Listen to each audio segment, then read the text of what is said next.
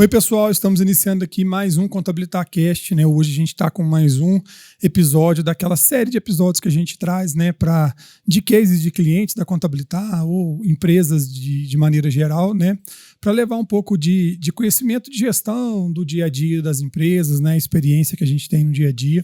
Então é um conteúdo muito bacana aqui que a gente gera já faz um tempinho. Estou aqui então com o Breno da Agrogênios, né, e acho que você tem várias empresas lá, né? Cada um por um caminho. É um grupo lá que eles são da área de consultoria para a área de café, né? Quem sou eu para falar do teu negócio, para deixar você explicar. Mas teve um evento deles agora, que é um evento anual que vocês organizam, né? Isso mesmo. Foi na semana passada, eu participei, eu achei muito bacana, né? A gente esteve lá até com uma palestra para o público dele lá e eu vou deixar ele explicar um pouco do negócio dele. Obrigado, Breno, você ter dedicado um pouco do seu tempo aqui. Eu sei que tempo é difícil para todo mundo, né? Mas para trazer aqui um pouco de conteúdo e quem sabe, né, algum ouvinte nosso, não é nem ouvinte, porque pode ser, eu sempre esqueço, um espectador nosso, né? Pode ser um cliente seu e pode ser alguém que possa interessar aí no seu trabalho. Depois também você fala redes sociais de vocês, né? E vocês têm um marketing bem bacana lá, acho que é interessante o pessoal te acompanhar. Tamo junto. Muito obrigado por estar recebendo a gente aqui, viu, Felipe? É uma satisfação muito grande para estar contando um pouquinho da nossa história aqui. Que nem você falou, né? Na sexta-feira a gente fez aquele evento e antes da gente entrar e falar assim o que é a empresa e tudo, o que a gente faz, cara, eu acho que é interessante a gente contar a história, cara. Vamos começar pelo evento, acho que ficou bacana, sabe? Bacana. O que acontece? Uns 10 anos atrás, a gente tinha um monte de produtor que era cliente nosso, e esses produtores, eles vinham para nossa cidade ali, que é a sede em Três Pontas, e a gente juntava esses produtores, e a gente falava assim, tinha que passar algumas informações para eles, de certificação, não sei o quê, e quando a gente juntava eles, eles falavam assim, vamos almoçar, vamos fazer um jantar, não sei o quê. E a gente só almoçava, fazia alguma coisinha ali, passava informação e ia embora. Porque às vezes você passar informação individual para cada um, se você juntar todo mundo e passar uma informação, fica melhor, né? Porque que acontece? A gente, lá na Agrogênios, a gente mexe com certificação, sabe? Então, o produtor rural, ou a empresa do agronegócio que seja, cooperativo que seja, ela consegue, a gente implementa essas normas para ela e ela consegue ter um selo de sustentabilidade e depois ela pode negociar esses produtos com o ágio, certo? Então o cara que te procura, ele te procura porque ele quer melhorar a qualidade do... Às vezes não, né? Peraí. O café do cara, você entra também nos processos de produção do café? Depende, porque é o seguinte... Ou o cara já tem um café bom e você vai ter só a certificação. Ou não, às vezes o cara tem um café ruim e ele quer transformar aquele café em bom, vocês também ajudam nisso? Isso. Entendeu a minha pergunta? Entendi.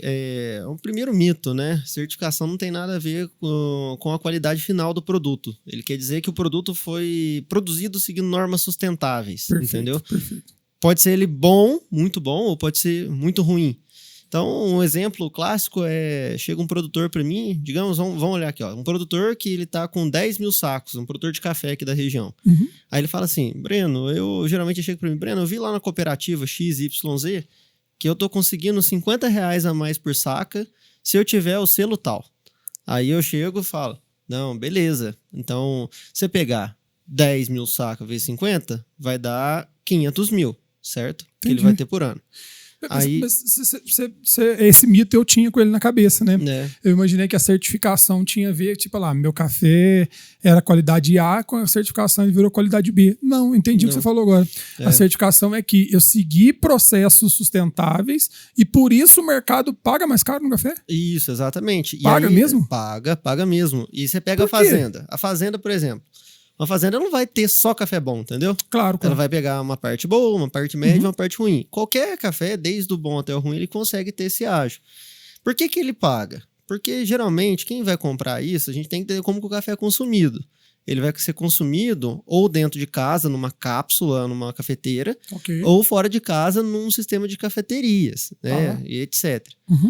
E, independente disso, a torrefação que vai comprar e torrar esse café, que vai para os dois lugares, ela quer o quê? Ela quer algo para mostrar para aquele consumidor que está preocupado como que aquilo foi produzido, se foi seguindo uma legislação ambiental, social, trabalhista, e tem uma garantia que veio uma entidade de terceira parte, foi lá, fez uma auditoria, ou seja, fez ele passar por uma prova, garantiu, fiscalizou aquilo lá, como dizendo assim, e garantiu com um selo, certo? Que aquele lá foi produzido de forma responsável. E o consumidor, ele acaba pagando mais por esse produto. Entendeu? Então, a indústria, ela identificou que é uma estratégia de marketing, ou seja, ela consegue ou vender mais ou vender um pouco mais caro por ter esse selo. Porque eu como consumidor de café, cara, não sei, nunca, pra ser sincero, eu nunca parei para olhar na embalagem se tinha o selo A, o selo B, né, e tal. E assim, é legal ver as indústrias preocupadas com isso, né? Mas é muito para exportação ou o mercado nacional mesmo? Tem para os dois, tá? Tem para os dois. São selos diferentes ou não? Não, tem vários selos. A gente tem diversos selos hoje, tem desde os orgânicos, né, que a gente não tem nenhum tipo de pesticida envolvido na produção, até os de sustentabilidade, que a gente tem hoje o Rainforest Alliance, que tem muito nos chocolates, né? Tem também nos cafés, Fair Trade, etc. A gente ajuda a fazer tudo. Vou perguntar mais diretamente, então, do trabalho da Agrogênesis. Isso. Eu tenho café, certo? Eu acredito que o cliente de vocês vai ser de duas formas, você me corrige. Primeiro, eu tenho café e não tenho um processo sustentável.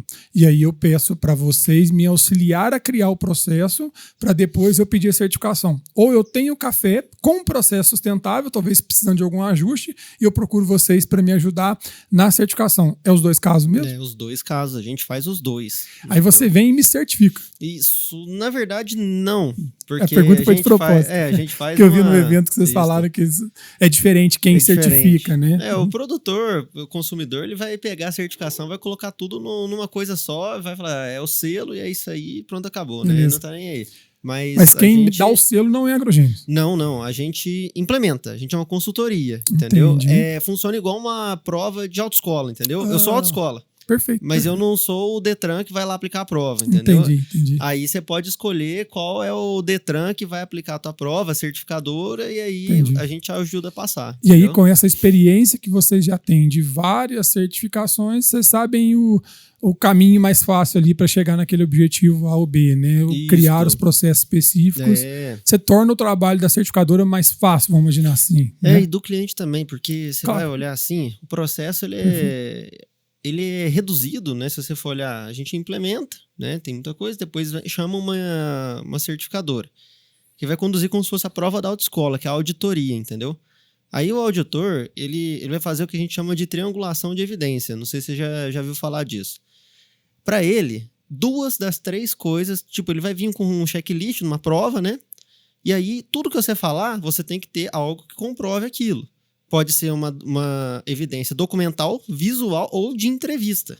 E se você não tiver 2 desses 3 pilares, você não consegue comprovar que aquilo está realmente acontecendo. Perfeito. Então, se eu estou aqui, por exemplo, tem coisas que são olhados na propriedade rural ou até mesmo em qualquer empresa que fosse certificada, que você só vai conseguir evidenciar se você levar o auditor lá, certo? E tem coisas que você só vai conseguir evidenciar se o auditor conversar com a pessoa. Então, por exemplo, é muito comum em qualquer processo de auditoria que o auditor ele chega e fala assim, eu quero conversar com 10 funcionários aqui. E aí ele vai conversar, fazer essa entrevista, e depois vai checar se realmente existe esse procedimento. Porque pode ser que o procedimento não esteja sendo cumprido ao longo do ano. Outra coisa pode ser uma coisa, por exemplo, ele fala assim, toda fazenda tem que ter um cômodo para guardar os agroquímicos. Aí tem que ir lá ver. E a gente organiza tudo pro cara, principalmente o cliente, não tem que ficar quebrando a cabeça. E ter que pagar de novo uma auditoria, ou tomar uma bomba na prova, né? Aí dá uns problemas meio complicados. E essa auditoria, ela acontece, depois que eu tenho o selo, ela acontece rotineiramente, tipo todo ano, ou de 2 em 2 anos? Ela acontece depois também? Para acompanhar, ou seja, eu já tenho o selo. E aí a empresa que me certificou, que me deu o selo, ela precisa voltar na minha fazenda para fazer de novo a verificação? Isso acontece, esse retorno? Geralmente os certificados duram 1 ano de validade, ou uma safra, quando a gente está falando no café, certo? Então, durante a safra, chama de novo e aí valida aquela safra. Então é uma vez por ano. E aí vocês atuam nesse primeiro concessão do selo e também Na nesses manutenção. processos. Então, Exatamente. ou seja, antes do auditor ir, vocês vão fazer o trabalho do auditor e ver se os processos ainda estão Isso. ok. Faz uma pré-auditoria, aí chama a entidade certificadora, a gente acompanha tudo, ajuda nos problemas de não conformidade, etc. Mas assim, uma coisa que a gente tem que entender quando a gente vai estar certificando é que sempre vai ter não conformidade, tá? Por quê? Como tratar elas, que talvez seja o X da questão. Tem duas escolas no nosso ramo de você tratar um processo desse, né? Uma escola que é mais, como diz, radical, né? Em que o produtor, o cliente, ele chega: eu não quero e não admito ter nenhuma não conformidade. Ele deixa todo mundo doido, todo mundo virando à noite para fazer tudo certinho. E quando vê, ele pega uma pessoa nova, o auditor pega um cara novo ali, o cara fala uma besteira e aí ferrou. Ou então, a escola que a gente costuma trabalhar, que é o seguinte: não tem problema dar uma não conformidade durante uma auditoria, certo?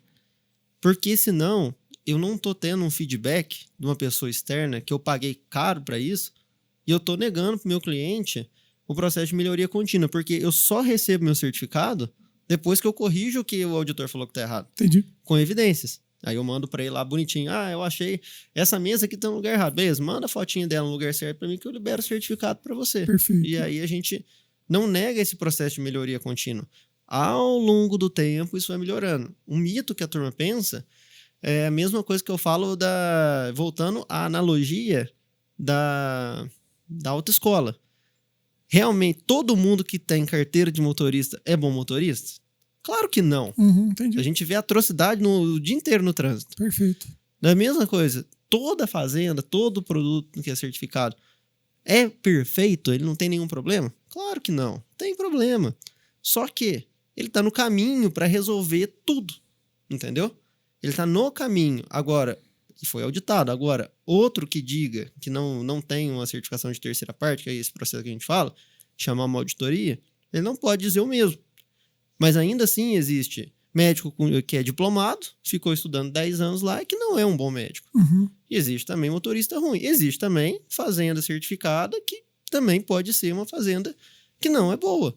Porque, infelizmente, a gente não consegue olhar todo ano. Então, uma vez por ano a gente olha, tenta ver da melhor forma possível, mas coisas podem acontecer. E essa renovação do certificado, né? Eu acho que ela é necessária por duas coisas, né? Primeiro, você pode hoje ter processos bons e daqui 2 meses não ter mais, né? Então, voltar todo ano é para certificar que eu continuo tendo a manutenção daquele processo. E a regra pode mudar. Ela muda. Entendeu? Muda bem, viu? Então, quando a regra muda, eu tenho que implementar processos novos. Aquele cara está preocupado com a mudança de regra e já está implementando processos novos. Então, eu acredito que talvez eu não necessite do trabalho do agrogênio somente uma vez por ano, porque eu talvez precise de uma manutenção mensal, de uma conferida mensal. Não sei se isso é um mercado que vocês atuam nesse sentido. A gente atende bastante cliente nesse tipo. Porque é o seguinte: quando a gente está certificando, a gente tem que entender, sim. Vamos pegar um exemplo clássico. As normas que vêm para poder trazer boas práticas agrícolas para o agronegócio, para fazendas, elas são normas globais. Como são normas globais, ela tem que colocar uma regra mínima que todos os países do mundo têm que seguir. Concorda comigo que a nossa legislação ambiental e trabalhista é muito mais rígida do que, por exemplo... É mais rígida? Do que o Vietnã? Tá. Do que a Índia? Perfeito. Do que a Coreia? Do que o país da América Central, Colômbia? E pode ser menos rígido do que um outro país também. Eu acho difícil, eu acho a nossa mais rígida. Mas a questão é, se a gente for olhar, a certificação ela quer dar um mínimo para o mundo inteiro, entendeu? Só que existem regras no nosso país, aí a regra que diz o seguinte: entre a lei e a norma, aplica-se o mais rígido, sempre. E no Brasil, como a nossa legislação é extremamente rígida na parte de uso de defensivos, segurança no trabalho, trabalhista, ambiental, muito rígida, acaba-se que quase 80% das regras que se aplicam nas propriedades são para poder cumprir com a legislação nacional. Entendi. Então, dá para afirmar que no final desse processo, o produtor rural e qualquer outro tipo de empresário, ele vai sair com um compliance muito elevado. Perfeito. Porque a gente vai olhar tudo. Porque essa auditoria, o cara vai pegar lá os papelzinhos dos funcionários, tá pondo folha de ponto, como é que tá a casa dos funcionários, será que todo mundo fez a vacinação conforme o cronograma do Estado, não sei o que, acaba que vira uma auditoria muito mais focada nessas questões aqui de legislação, e em torno de 20% das outras coisas são processos que não estão na legislação. O que acontece é que a gente tem uma ausência de fiscalização grande no nosso processo aqui do Até o de legislação.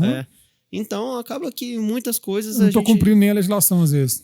A maior parte acaba achando que está cumprindo, às vezes não está. E aí, com esse processo, a gente estrutura para poder não deixar o documento vencer, para poder mandar um técnico de segurança para manter os treinamentos pessoal em dia, fazer auditoria interna, acompanhar a fiscalização, etc. E a gente tem um monte de clientes que já está 22 anos, 23 anos pagando a gente por mês para poder ir lá uma vez, 2 vezes por mês que seja, para poder organizar isso e não ficar com loucura só na hora da auditoria. E tem muita gente que, por exemplo, não é só um selo que você precisa ter.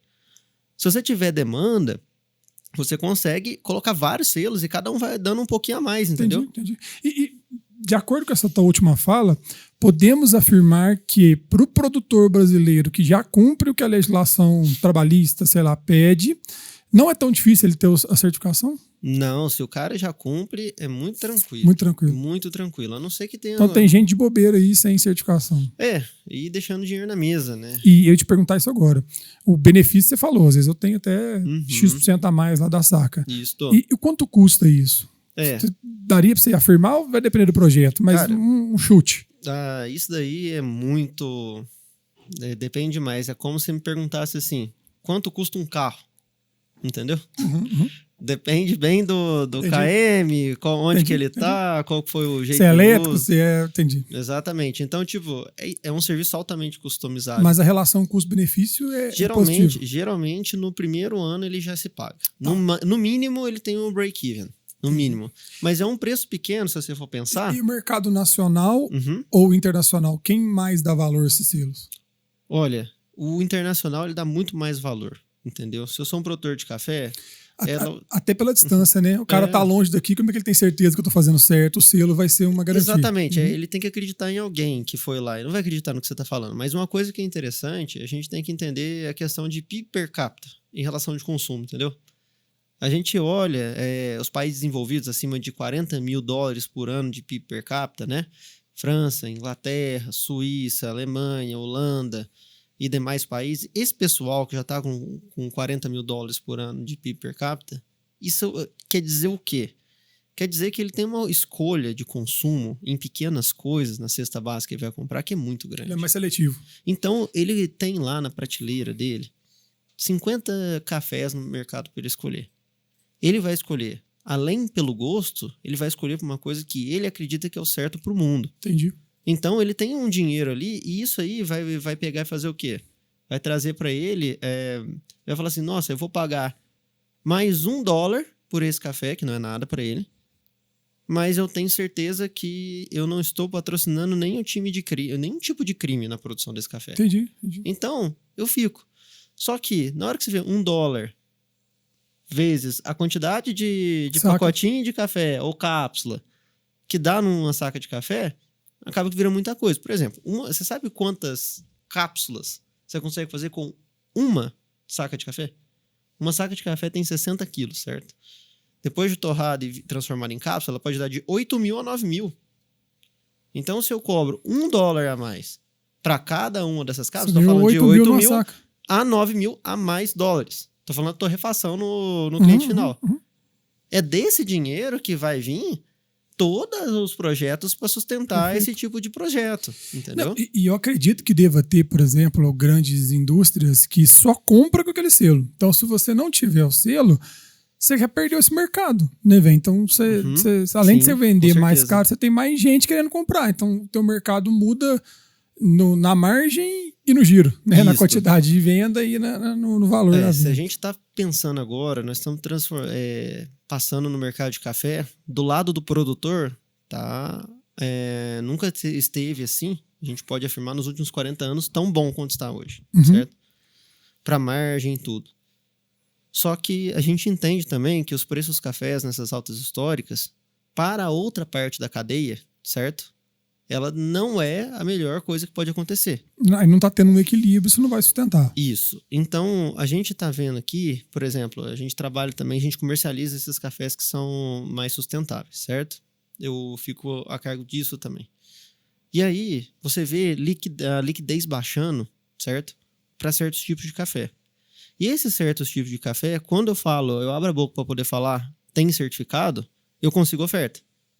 Quando eu falo não tem nada, o cara fala, hoje eu tô mais tranquilo, hoje eu não preciso comprar.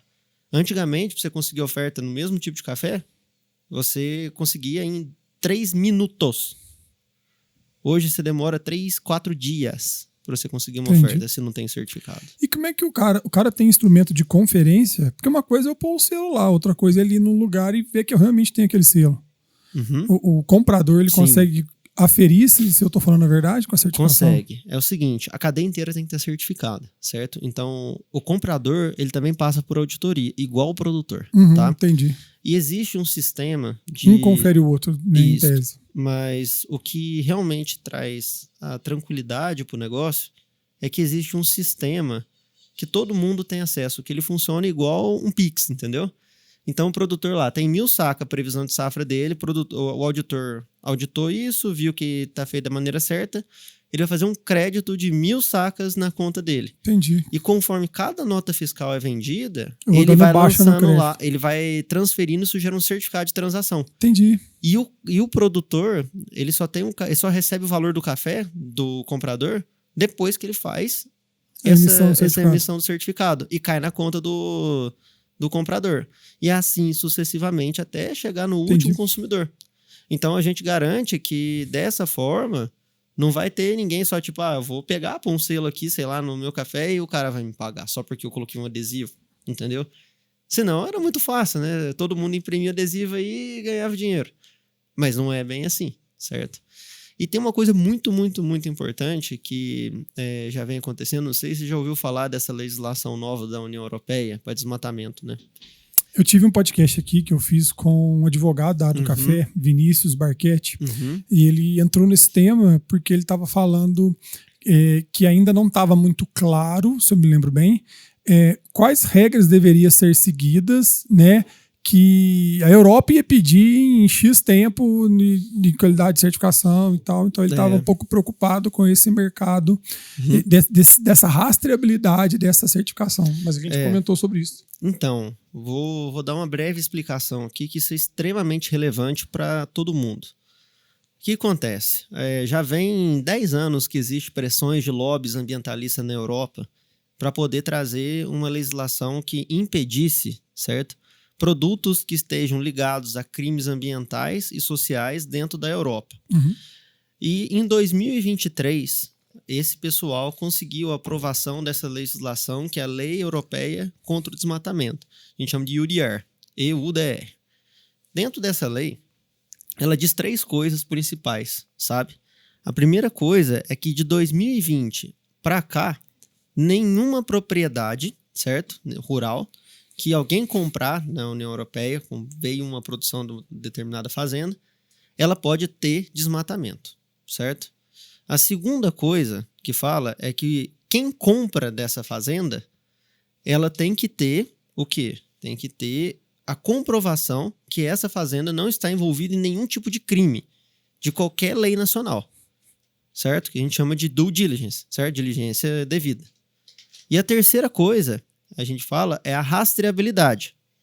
Quem vende para alguma empresa na União Europeia tem a obrigação de mostrar da onde que veio aquele produto.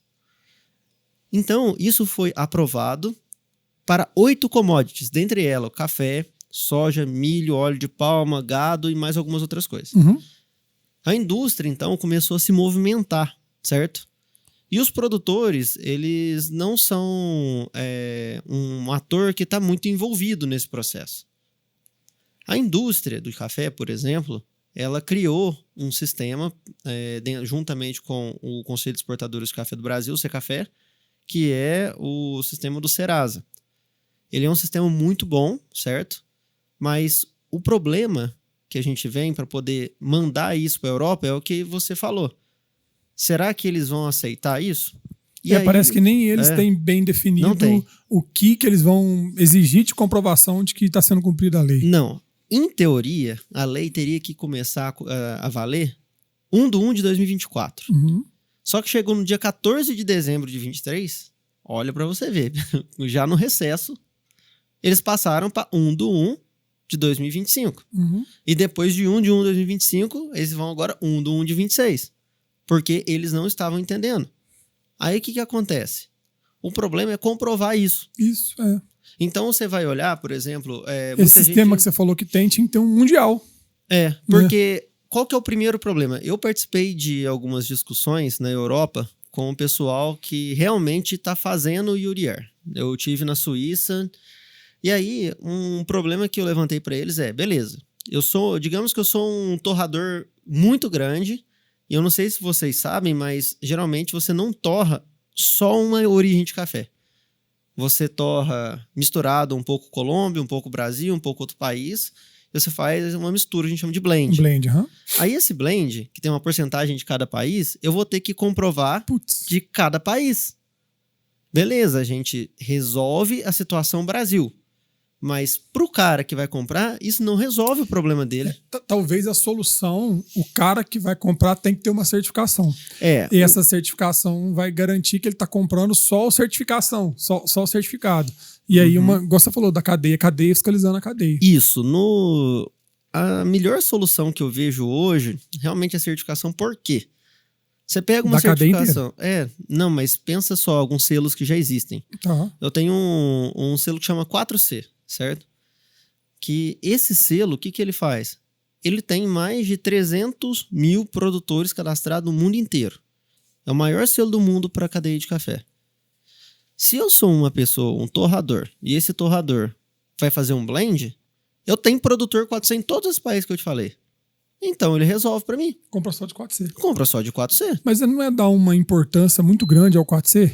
Não, mas tem outras certificações. Entendi, mas tem vários concorrentes, entendeu? Entendi. Só que ele pode fazer isso para resolver de curto prazo, mas de longo prazo, somente uma discussão global, que eu acho muito complicado de resolver. Por quê?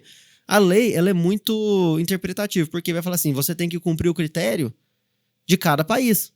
Cada país tem sua lei. Pois é. Na Colômbia eu posso fazer certas coisas que no Brasil são impensáveis, certo? Então, dentro desse critério, se eu fizer um blend num país com outro, isso aí pode dar um problema, e depois o cara não querer pagar e tudo. E aí, tá acontecendo uma corrida mundial para ver quem consegue fazer com UDR. E tanto que eu, na minha corretora, certo?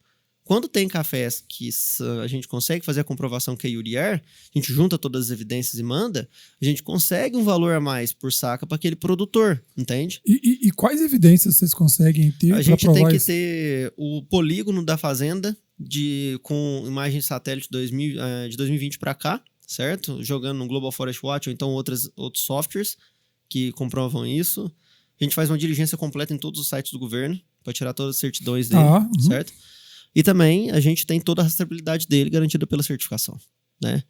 Aí dentro disso daí a gente consegue fazer um borderô de documentos que consegue comprovar. Só que a diferença da gente aqui é que a gente Aí você consegue melhorar tanto a liquidez quanto o preço? Sim, consegue os dois. E a diferença de fazer com a certificadora é que você tem uma auditoria de terceira parte. Foi um auditor lá, ele viu esses documentos e falou que tá certo. É um auditor independente. Né? Exato. Então ele não vai ser um negócio que vai ser tipo, não sei o que tá acontecendo. Ele é baseado em ISO. É certo? O que acontece com o meu mercado, por exemplo.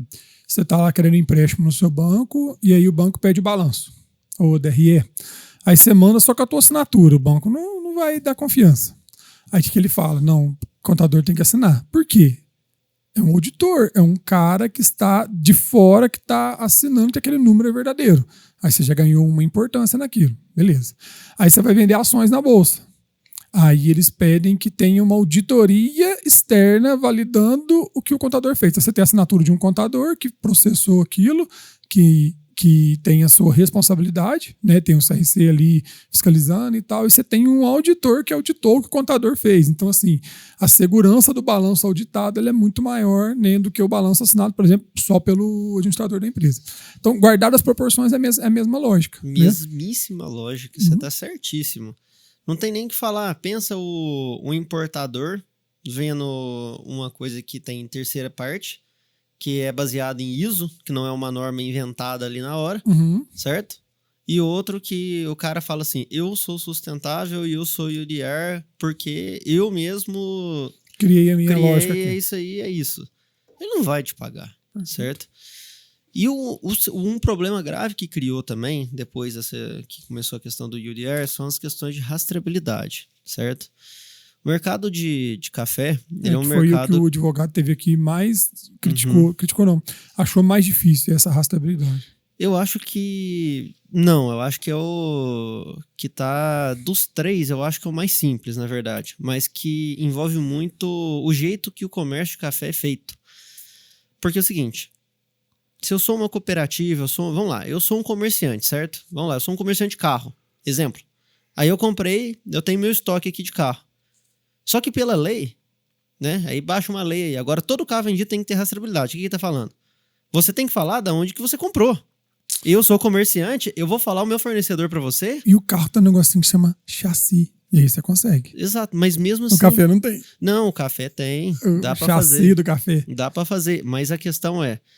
Rastreabilidade é tranquilo. O problema maior não é implementar a rastreabilidade. O problema maior... Porque qualquer empresa vai ter isso. Porque ela tem o estoque dela, ela tem que saber o que ela tem na mão e de onde que veio.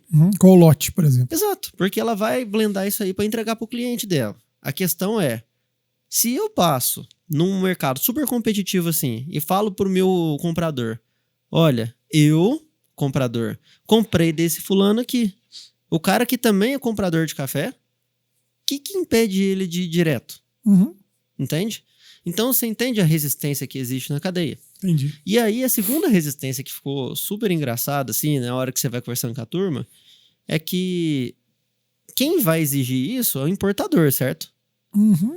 A lei, ela vale só para a União Europeia. Ela não pode legislar aqui no Brasil. Então o que acontece? O importador... Ele vai chegar pro exportador e vai falar assim, olha, eu preciso desse documento, senão eu não vou te pagar. Perfeito. E aí o exportador... aí o exportador, ele vem descendo na cadeia. E sabe o que a turma fala atrás? Fala assim, cara, eu só não vou fazer, eu não vou te vender se for assim, eu vendo aqui motorrefação. Acabou. E tá tudo certo. É vida que segue e vambora. Então, é um negócio que vem de cima, o pessoal fala, essa lei é de vocês fazem o que vocês quiserem e tudo. Só que ainda assim... vai existir o quê? Um mercado. Porque como tem poucas pessoas que se importaram de tocar esse processo assim, você cria uma demanda, cria uma oferta. E aí aqueles que atendem acabam virando... E sobe o preço. Subindo o preço e conseguindo atender uma demanda premium para esse pessoal. Pra você ter ideia, eu tenho nos meus produtores desde 2022 o UDR. Eu não trabalho com nenhum que não seja UDR. Olha.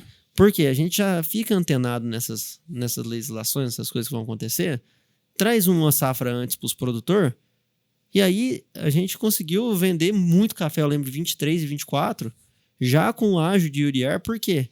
Porque era o único que tinha. Entendi. E você falou do mercado europeu.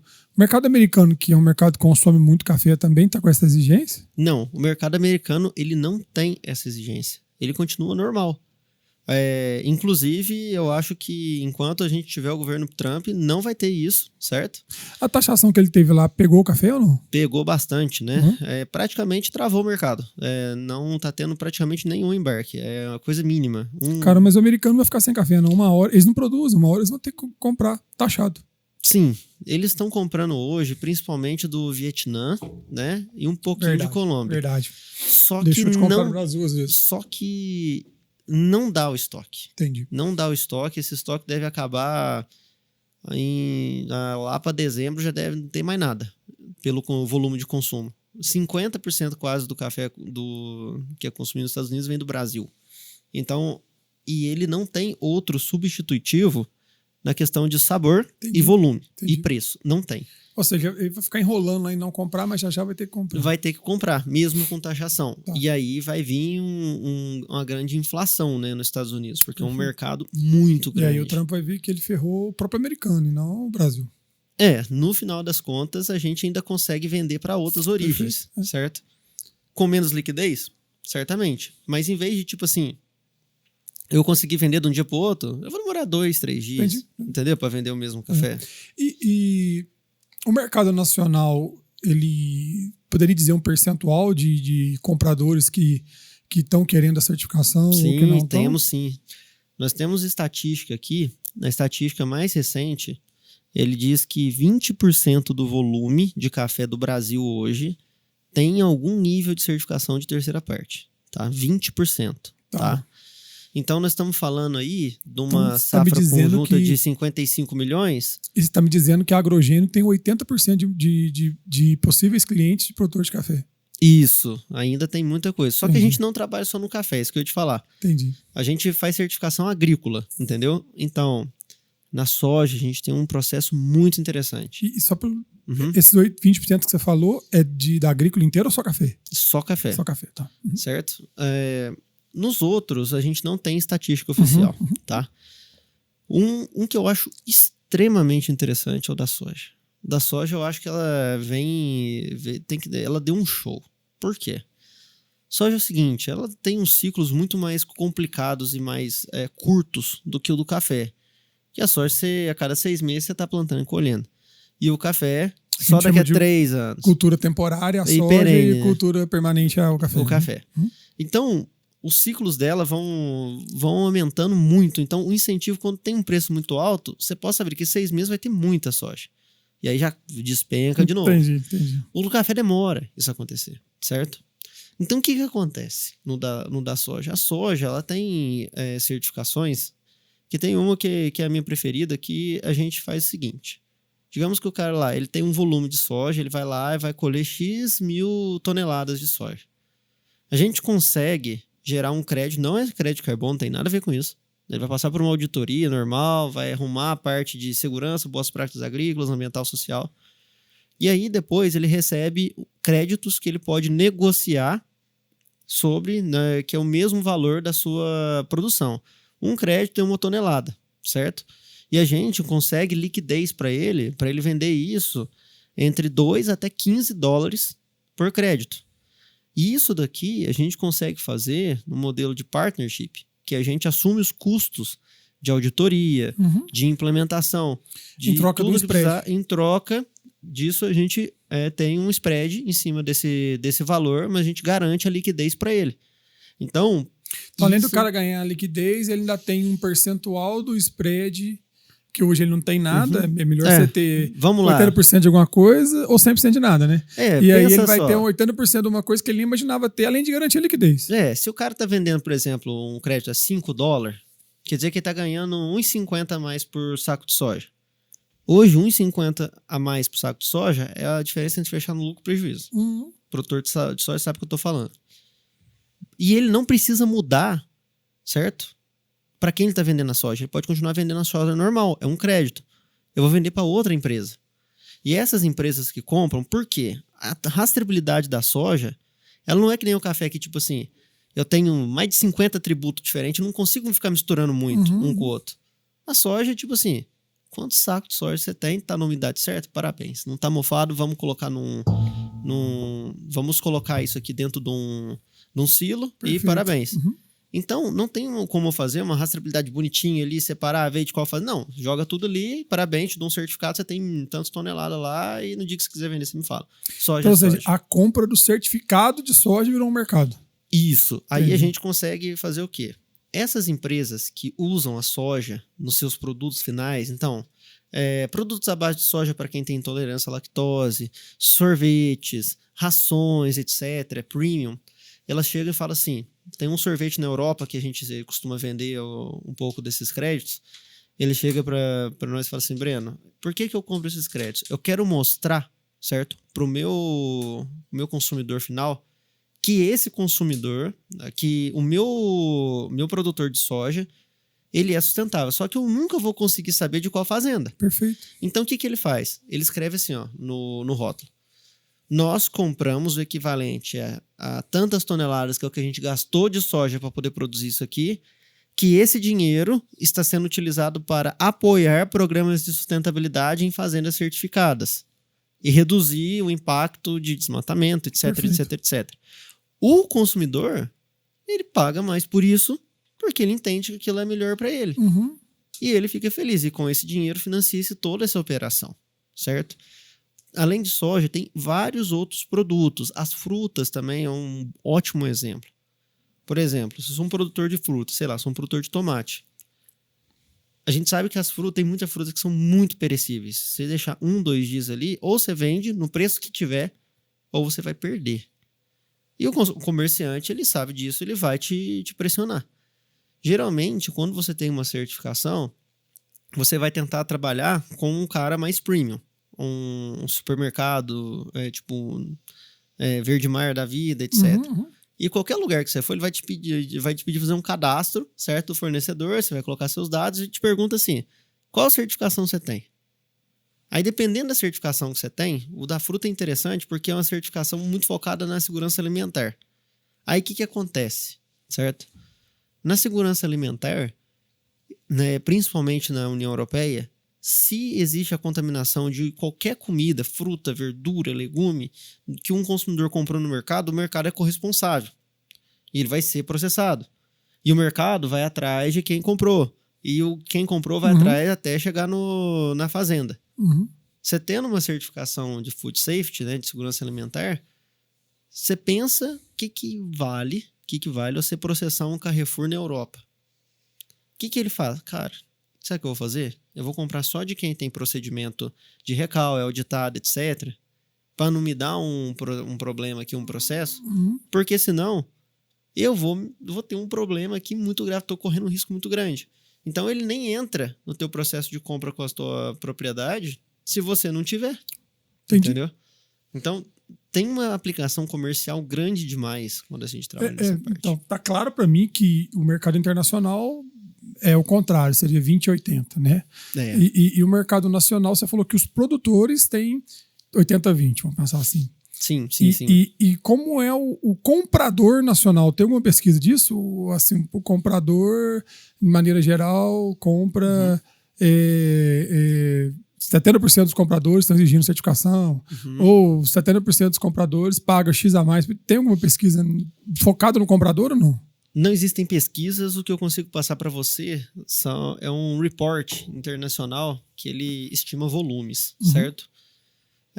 Esse report, ele tem uma entidade que chama GCP, certo? Que é a plataforma Global Coffee Platform, plataforma global do café. Ela entra em contato com os maiores compradores do mundo, certo? Isso, o supply chain, eles declaram qual foi a porcentagem de café certificado que eles compraram naquele determinado ano. Praticamente do top 10, nós temos 10 do top 10 mundial que injeta liquidez no mercado, que já disseram que até 2030, 100% vai vir de café certificado. Vai cessar a compra de café não certificado. Você pega tipo uma Nestlé, uma Louis Dreyfus da vida, que todos tem eles. Um volume grande. Eu tô falando de a Nestlé, JDE, West Rock, Starbucks, todas essas aí, inclusive que a gente vende para elas, já declararam. Até 2030, nós vamos ter o volume inteiro de café certificado. Eu tive até um outro cliente aqui que entende muito do mercado de café, ele tem uma indústria de cápsula. Sim. E eu acho que tenho certeza que foi ele que comentou comigo, parece que 60% ou 70% do mercado de café está concentrado em 2, 3 trades, né? Nestlé, são 3. Que são muito fortes, né, cara? Eu não imaginava que a concentração era tão grande assim. Isso. Quando eles entram comprando, eles entram assim, eu preciso de tantos 1000 sacas origem Brasil. Aí eles chegam para os maiores fornecedores deles, já passa isso aí que injeta liquidez em todo mundo. Entendi. Entendeu? E esse pessoal, eles têm uma preferência gigante por certificados, porque ele já tem a linha dele de produção inteira, com embalagem feita, com linha, com separação, tudo pronto. Que se ele não tiver aquele café, ele vai perder a embalagem. Ele vai perder a embalagem. Entendi. E é um investimento muito grande. Perfeito. E não só embalagem, marketing. Entendi. Pensa ele contratar aquelas agências violentas lá de Wall Street para poder fazer um puta marketing, e aí chega no final, a gente não conseguiu o produto, então vamos cancelar aqui o negócio. E assim, normalmente melhora a liquidez ou melhora a liquidez e preço? Os dois. Os dois. Quando o mercado tá mais frio... Depende, se tiver muita oferta, vai melhorar só a liquidez, às vezes. Né? Não, sempre melhora a liquidez e preço. Não existe a possibilidade de você ser certificado e vender pelo mesmo preço. Entendi. Do produto convencional. Até porque isso dá uma não conformidade depois, isso dá problema. Entendi. Porque ele vai te auditar, vai pegar os contratos, vai pegar os comprovantes de pagamento e fala assim... Tá, no dia tal tinha esse preço, mas você pagou tanto. Então, para mim, você não respeitou essa regra. Você vai ter que reembolsar o produtor, reembolsar fulano e tal. Entendi. Dá uma não conformidade no comprador. No comprador, Entendi. Então, isso aí dá sempre um processo de... Ou seja, ele tem que provar que ele pagou por aquela qualidade melhor. Senão ele... quem compra, ele pode usar no marketing também, entendeu? Ele pode falar, eu apoio fazendas certificadas e tudo, mesmo que não seja um torrador. Perfeito. Entende? E como que a Agrogênios caiu nesse mercado? Rapaz, isso aí é historinha, porque 32 anos atrás, meu pai, Márcio, ele trabalhava numa torrefação de café em Três Pontas. Aí ele começou pequeno, começou bem novo, assim, 16 para 17 anos como office boy. E aí ele foi crescendo lá até chegar dentro da torrefação e ver que precisava organizar alguns processos. E aí ele começou a estudar também administração, né? E lá entrou em contato com as normas de ISO, certo? E começou a implantar isso dentro da torrefação. E aí chamou a auditoria, ele colocou aquilo lá, sofreu um pouco e tal, mas correu atrás e deu certo. Quando começou a dar certo, as donas da torrefação chegaram e falaram assim, seu Márcio, né? Seu Márcio não, porque era menina. Ô, Márcio, você não quer tentar também na nossa fazenda aqui? Vamos tentar organizar, mesmo que não chame auditoria e tudo. E não tinha um processo de chamar uma auditoria na época para fazenda. Você tinha a ISO e você tinha algumas outras normas ali, mas que não era formalizado. E aí ele foi procurando para ver onde que tinha um processo aí de certificação que fosse auditado em terceira parte e que tivesse demanda para comprar esse café, né? E aí ele começou a organizar aquilo, mas primeiramente foi para ganho de gestão. Saber estoque, saber custo, entendeu? E tudo. E aí, no final das contas, foi o primeiro, foi o segundo e tal, até chegar o momento que ele achou uma certificação que tinha uma demanda para comprar, para poder pagar todo esse processo e já estava mais ou menos organizado. Então, chamou a certificadora na época, o auditor veio lá dos Estados Unidos e tal, a gente começou a mexer com isso. E aí foi crescendo, cara. Foi crescendo. 2008 a gente já era praticamente o único aí que trabalhava nesse meio. A gente foi crescendo, crescendo, crescendo. E hoje eu devo ter aí um terço da produção brasileira, certo? Sob gestão aí na parte da certificação, tranquilamente. Considerando que nós somos muito potentes no agro... Um terço da agro, produção certificada. De café, certificado de café. Entendi. Então daqueles 20% que são certificados, você tem um terço ali que é cliente de vocês, podemos dizer isso. Exatamente. Entendi. E aí a gente... Então não é só aqui na região, não? Não, temos no Brasil inteiro. Uma coisa que aumentou muito o nosso alcance foi que em 2006 para 2007 a gente tinha algumas normas que falavam assim, você pode fazer grupos, certo? Entendi. E esses grupos, ele tem uma vantagem. A vantagem é que o custo da auditoria ele cai muito. O custo. Então, a gente foi pioneiro em alguns grupos. A gente fez um em Três Pontas, um em Formiga, certo? E um em Iguapé. E aí, depois, outros produtores foram falando, entra aí e tal, o negócio tá dando. E quando começou a liquidez nesse mercado, certo? Que ele cresceu juntamente com o mercado de cafés especiais, o negócio começou a bombar. Aí a gente foi aumentando esses grupos, abriu um em Patrocínio, um em Manhuaçu, um em Franca, um em Serra Negra, um em Bento Gonçalves, um em Rio Branco, no Acre, teve também em Venda Nova do Imigrante, foi criando vários grupos de fazendas certificadas nesse modelo. E aí a gente foi crescendo e consolidando nesse mercado, certo? E aí a gente começou, pelo nosso tamanho, tudo organizando, a gente começou a ver que tinha gente e regiões que estavam desatendidas. Porque chegava um produtor, queria certificar, mas às vezes ele era amigo de um cara que estava numa região muito mais estruturada. E que já sabia como que funcionava a certificação, já tinha compradores e tudo. Mas ele também era um grande produtor, mas ele falava, eu não tenho demanda para isso. Aí o que a gente fez? Eu cheguei, meu pai chegou e falou assim, Breno, acho que nós temos que estruturar aqui, porque é o seguinte, eu tô cansado de certificar aqui, beleza, o cara tem um investimento, organiza a fazenda, mas a sustentabilidade ela é um tripé, né? Ela tem que entrar com o econômico também, não é só ambiental e social, tem que ter o econômico, senão não paga. Então, a gente estruturou para a gente trazer essas demandas e especializar em trazer as demandas de produtos certificados, compradores, certo? E aí, 5 anos atrás, 2020, eu comecei a trabalhar com a parte de corretagem de café, focado num café Especializado em café especial ou certificado? Certificado, certo? Então, a gente entrou já trazendo liquidez. Então, eu consigo pegar o produtor que às vezes ele nunca vendeu o café fora de uma cooperativa ou fora de um contexto certificado e falar para ele, vai custar tanto, certo? Você vai ter esse volume de trabalho, vai ficar pronto tal dia e esse é o retorno do teu investimento no primeiro, segundo e terceiro ano, entendeu? A gente já consegue passar isso para ele. Então, ele consegue tomar uma decisão muito clara do que ele quer. Para aqueles produtores que a gente começou a trabalhar muito antigo, só ter liquidez também não... Ou então o comprador não é às vezes suficiente, porque beleza, ele já está andando. Aí o que a gente faz? A gente vai olhando o perfil dos nossos compradores e alguns vão pedindo certificações específicas que querem pagar mais por elas, porque às vezes ele quer falar que aquele café ele foi produzido de uma determinada forma porque o consumidor dele quer isso. Entendi. Perfeito. A gente vai lá, faz, desde que tenha um retorno financeiro para todo mundo. Faz meio que sob encomenda ali. Faz sob encomenda. A gente faz muito isso com algumas torrefações, alguns importadores. Que legal. Exatamente. E aí, que então, além de você dar consultoria para o cara certificar, você foi no mercado e buscou compradores do café certificado. Então, você fechou a ponta ali. Isso. Você já tem um argumento de venda para o cara. Se você certificar, eu já tenho um comprador para você aqui. A gente já tem um comprador, a gente garante o comprador, isso não é problema. Legal. A questão maior para gerenciar esses grupos, você precisa ter um sistema de gestão bem grande e tem que ser meio que com um punho de ferro, entendeu? Por quê? Beleza, tudo certo quando todo mundo tá bem. Mas pode ser que o seu vizinho ele não tá, né, seguindo as regras do jeito que deveria. E você vai pagar pelo erro dele. É para não manchar o grupo, né?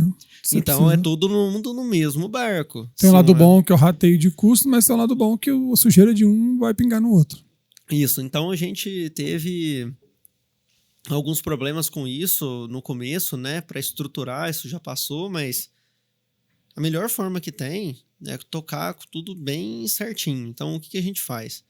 A gente organiza bastante essas fazendas, a gente faz muita auditoria interna surpresa, a gente faz as auditorias internas, eu contrato auditor externo de outras certificadoras para poder fazer um cross-check. Entendi. E sanções progressivas para os rebeldes, entendeu? Ou seja, entendi, você já foi entendendo no mercado o que dá mais não conformidade ou mais problemas, já foi trabalhando no dia a dia com ações para blindar essas não conformidades, para na hora que chegar a certificação o cara já está Isso, mas pronto. Como depende de pessoas, pode ser que alguns realmente não quer fazer ou deixa de fazer, acha que vai passar fazendo mais ou menos. Então aqueles que estão determinado, tipo, baixou de uma nota média do grupo, a gente já convida o cara a sair. Perfeito. Por quê? Fica mais tranquilo dessa forma. Aí o que acontece? Eu vou contar uma história para você que já aconteceu com a gente aqui. Em 2022, a gente teve um membro nosso, uma fazenda, que ficou envolvido numa denúncia de trabalho escravo, cara. Não. Então o que acontece? A fazenda... E é levado muito a sério isso, não é? Né? Até o crédito rural, por exemplo, o cara fica sem poder pegar o crédito. Isso. Então, esse cara ficou banido, né? Aí o que aconteceu? Eu tive um problema porque o cara, eu lembro, foi numa sexta-feira, numa quinta-feira, 5 horas da tarde, tava sentado no meu escritório. Aí eu já tava até fazendo um cafezinho ali de boa. Falei, pra onde que eu vou agora? Happy hour, não sei o quê. Aí me liga o telefone e fala, você tá podendo falar? Falei, tô, pois não. Ele falou, mas você tá sozinho na tua sala? Falei, ué. Tava com a minha secretária, falei, você dá licença pra nós, por favor? Aí ela saiu, eu falei, agora eu tô. Falei, mas você tá sentado na cadeira? Eu falei, ô louco, fala. Eu sentei na cadeira, falei, pode falar. Ele falou, então, Eu tive uma situação aqui. Eu contratei um pessoal sem registro, certo? Eram 8 pessoas. Só que no último dia, assim que eu fiz o pagamento, veio Ministério do Trabalho, Ministério Público do Trabalho, polícia e repórter. Chegou lá, pegou todo mundo sem registro. E você é contador, você sabe. Vamos lá, a lei trabalhista é muito grande. Se você tá sem registro, você não vai ter nada, cara. Perfeito. Você vai ter exame médico? Você vai ter comprovante de pagamento? Não vai ter nada. Então você fez o bingo de tudo, certo? E como existe uma liberalidade muito grande de você colocar algo como um trabalho análogo à escravidão no Brasil pela fiscalização do trabalho, é claro que isso aí virou um trabalho análogo à escravidão. Às vezes, o não registro ele já configura. Ele já configura. Então, isso deu trabalho análogo à escravidão, isso virou uma notícia, certo? Muito, muito complicada, né? Foi pra mídia, e aí eu já pensei, ferrou, né? Vai cancelar o certificado de todo mundo. E naquele momento, eu tinha só nesse grupo 1,3 milhão de sacas de café, certo? Era o maior grupo do mundo nesse daí. Eu falei, vai ficar mais barato pros caras fazer uma vaquinha, entendeu? Mandar 2 caras numa moto pra me matar do que resolver o problema. Entendi. Aí eu falei, não vou fazer isso não. Cara, foi uma aula pra nós. Por quê? Pegamos nossos auditores internos, fomos lá, vimos certinho, demos o direito de defesa pro cara, tudo administrativamente, e aí o pessoal da certificadora, mandamos pra eles, um auditor viu, e falou assim, o que vocês tomaram de decisão? Porque quando acontece uma situação dessa, você tem um sistema chamado comitê. É uma pessoa, um produtor homem, um produtor mulher e o gestor do grupo, que era eu na época, toma a decisão. Aí você mostra tudo, ó, fui lá, produtores, e encontramos isso no cara, certo? Não tinha nada de trabalho esse cara, ele não registrou, aí é um monte de coisa. Eu lembro que deu 14 não conformidade. Ele pode resolver, só que a questão reputacional vai dar problema. Os produtores falaram, olha, eu acho melhor ele pedir pra sair antes da gente excluir. Tipo o político que pede pra sair antes do impeachment, sabe? Aí ele foi excluído, né? Foi convidado a se retirar, infelizmente. E aí, dentro desse processo, a gente não teve problema depois. Que bom. Então, o que acontece? Quando você tem um sistema que é o que você falou mais cedo, a não conformidade ela vai acontecer. Como tratar ela é que vai dizer, né? Isso, porque se eu escondesse, sabe o que ia acontecer? Os caras da certificadora, com certeza, iam olhar na mídia o que aconteceu e falar assim, Breno, você tem alguma coisa pra me falar? E eu ia falar, não, senhor, não tenho nada. Você não tá vendo o negócio aí, eu vou ter que cancelar o certificado de todo mundo. Aí ia dar problema. Entendi. Então, tipo assim, essa situação, ela ensinou muito pra gente como gerenciar a crise, como ter um processo bacana e ainda ajustamos algumas coisas que tinha que ajustar do processo. Pra garantir que o negócio de grupo seja algo seguro, certo? Mas muito das coisas vem um filtro que a gente faz antes. Do perfil do cara, se ele já fez uma certificação individual antes. Eu não ponho gente que não passou individualmente antes no processo. No grupo, entendi. No grupo, porque senão ele não vai ter... ele vai achar que é uma coisa muito fácil. Entendi. Entende? Aí dá problema. E eu hoje não ter certificação nenhuma. E às vezes não ter nem processos que me garantem certificação.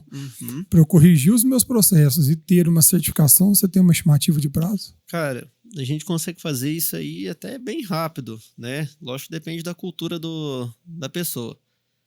Tirando a única coisa que a gente precisa, que é querer, certo?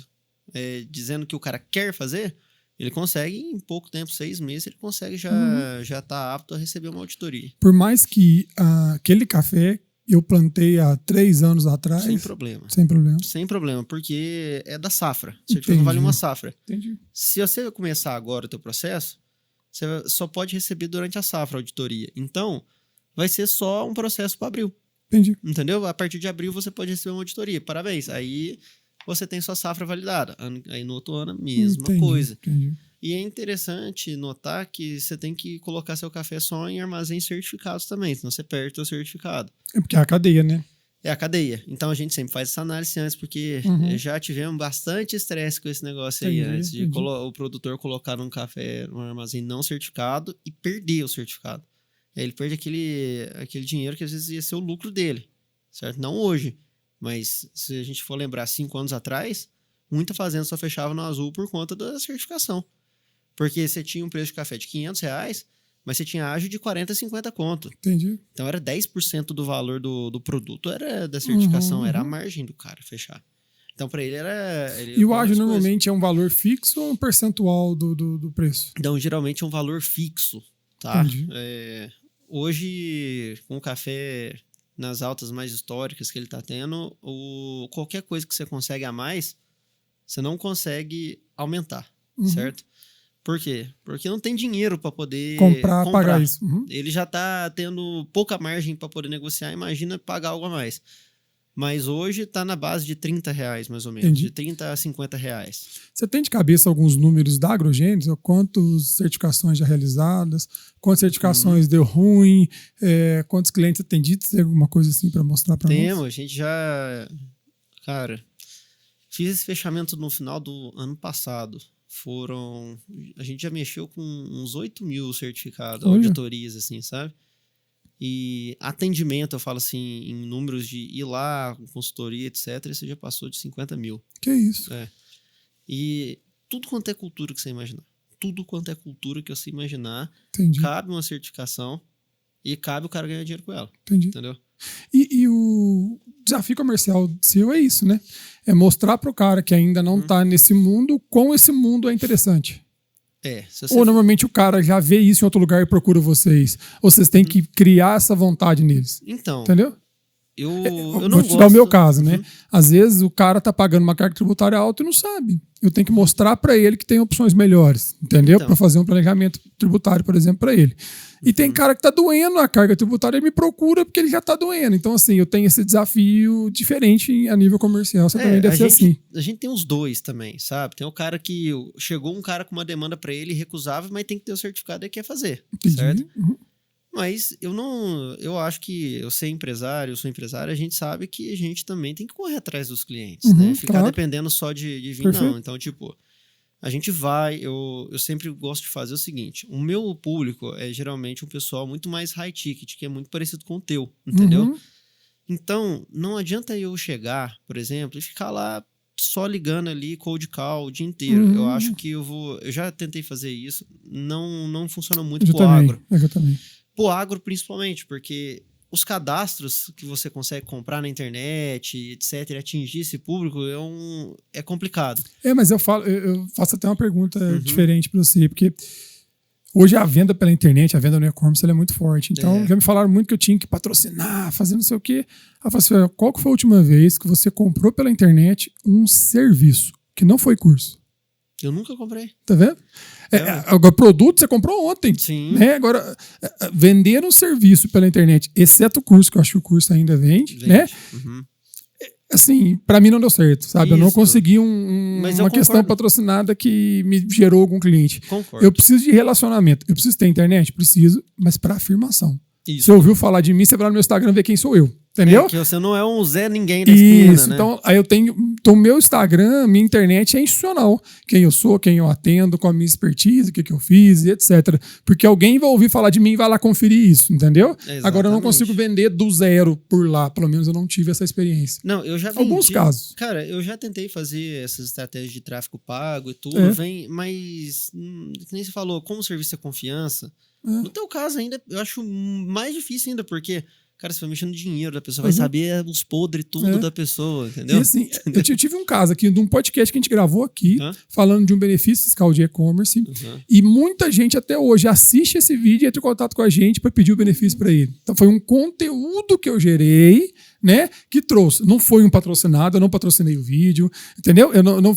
Eu gerei o conteúdo, joguei na mídia, o pessoal assistiu. Você não viu o evento que a gente fez lá, que beleza? Eu ia entrar agora te perguntando qual é o propósito do evento, para que vocês fazem o evento, que eu falei qual é a lógica dele. O que eu estava explicando dos grupos de certificação? Uma vez por ano, essas regras, ela fala assim, você tem que juntar todo mundo e fazer uma palestra com atualização da norma. Entendi. Aí, a gente vinha fazendo isso desde 2008. Aí, em 2023, certo? Eu cheguei, falei assim, vamos fazer agora, uma festa, né? Aí, a primeira coisa que eu fiz, eu juntei lá em Três Pontas, 100 produtores, né? e fizemos uma festa. Eu tirei dinheiro do meu bolso, certo? Só pro pessoal, assim, que era cliente.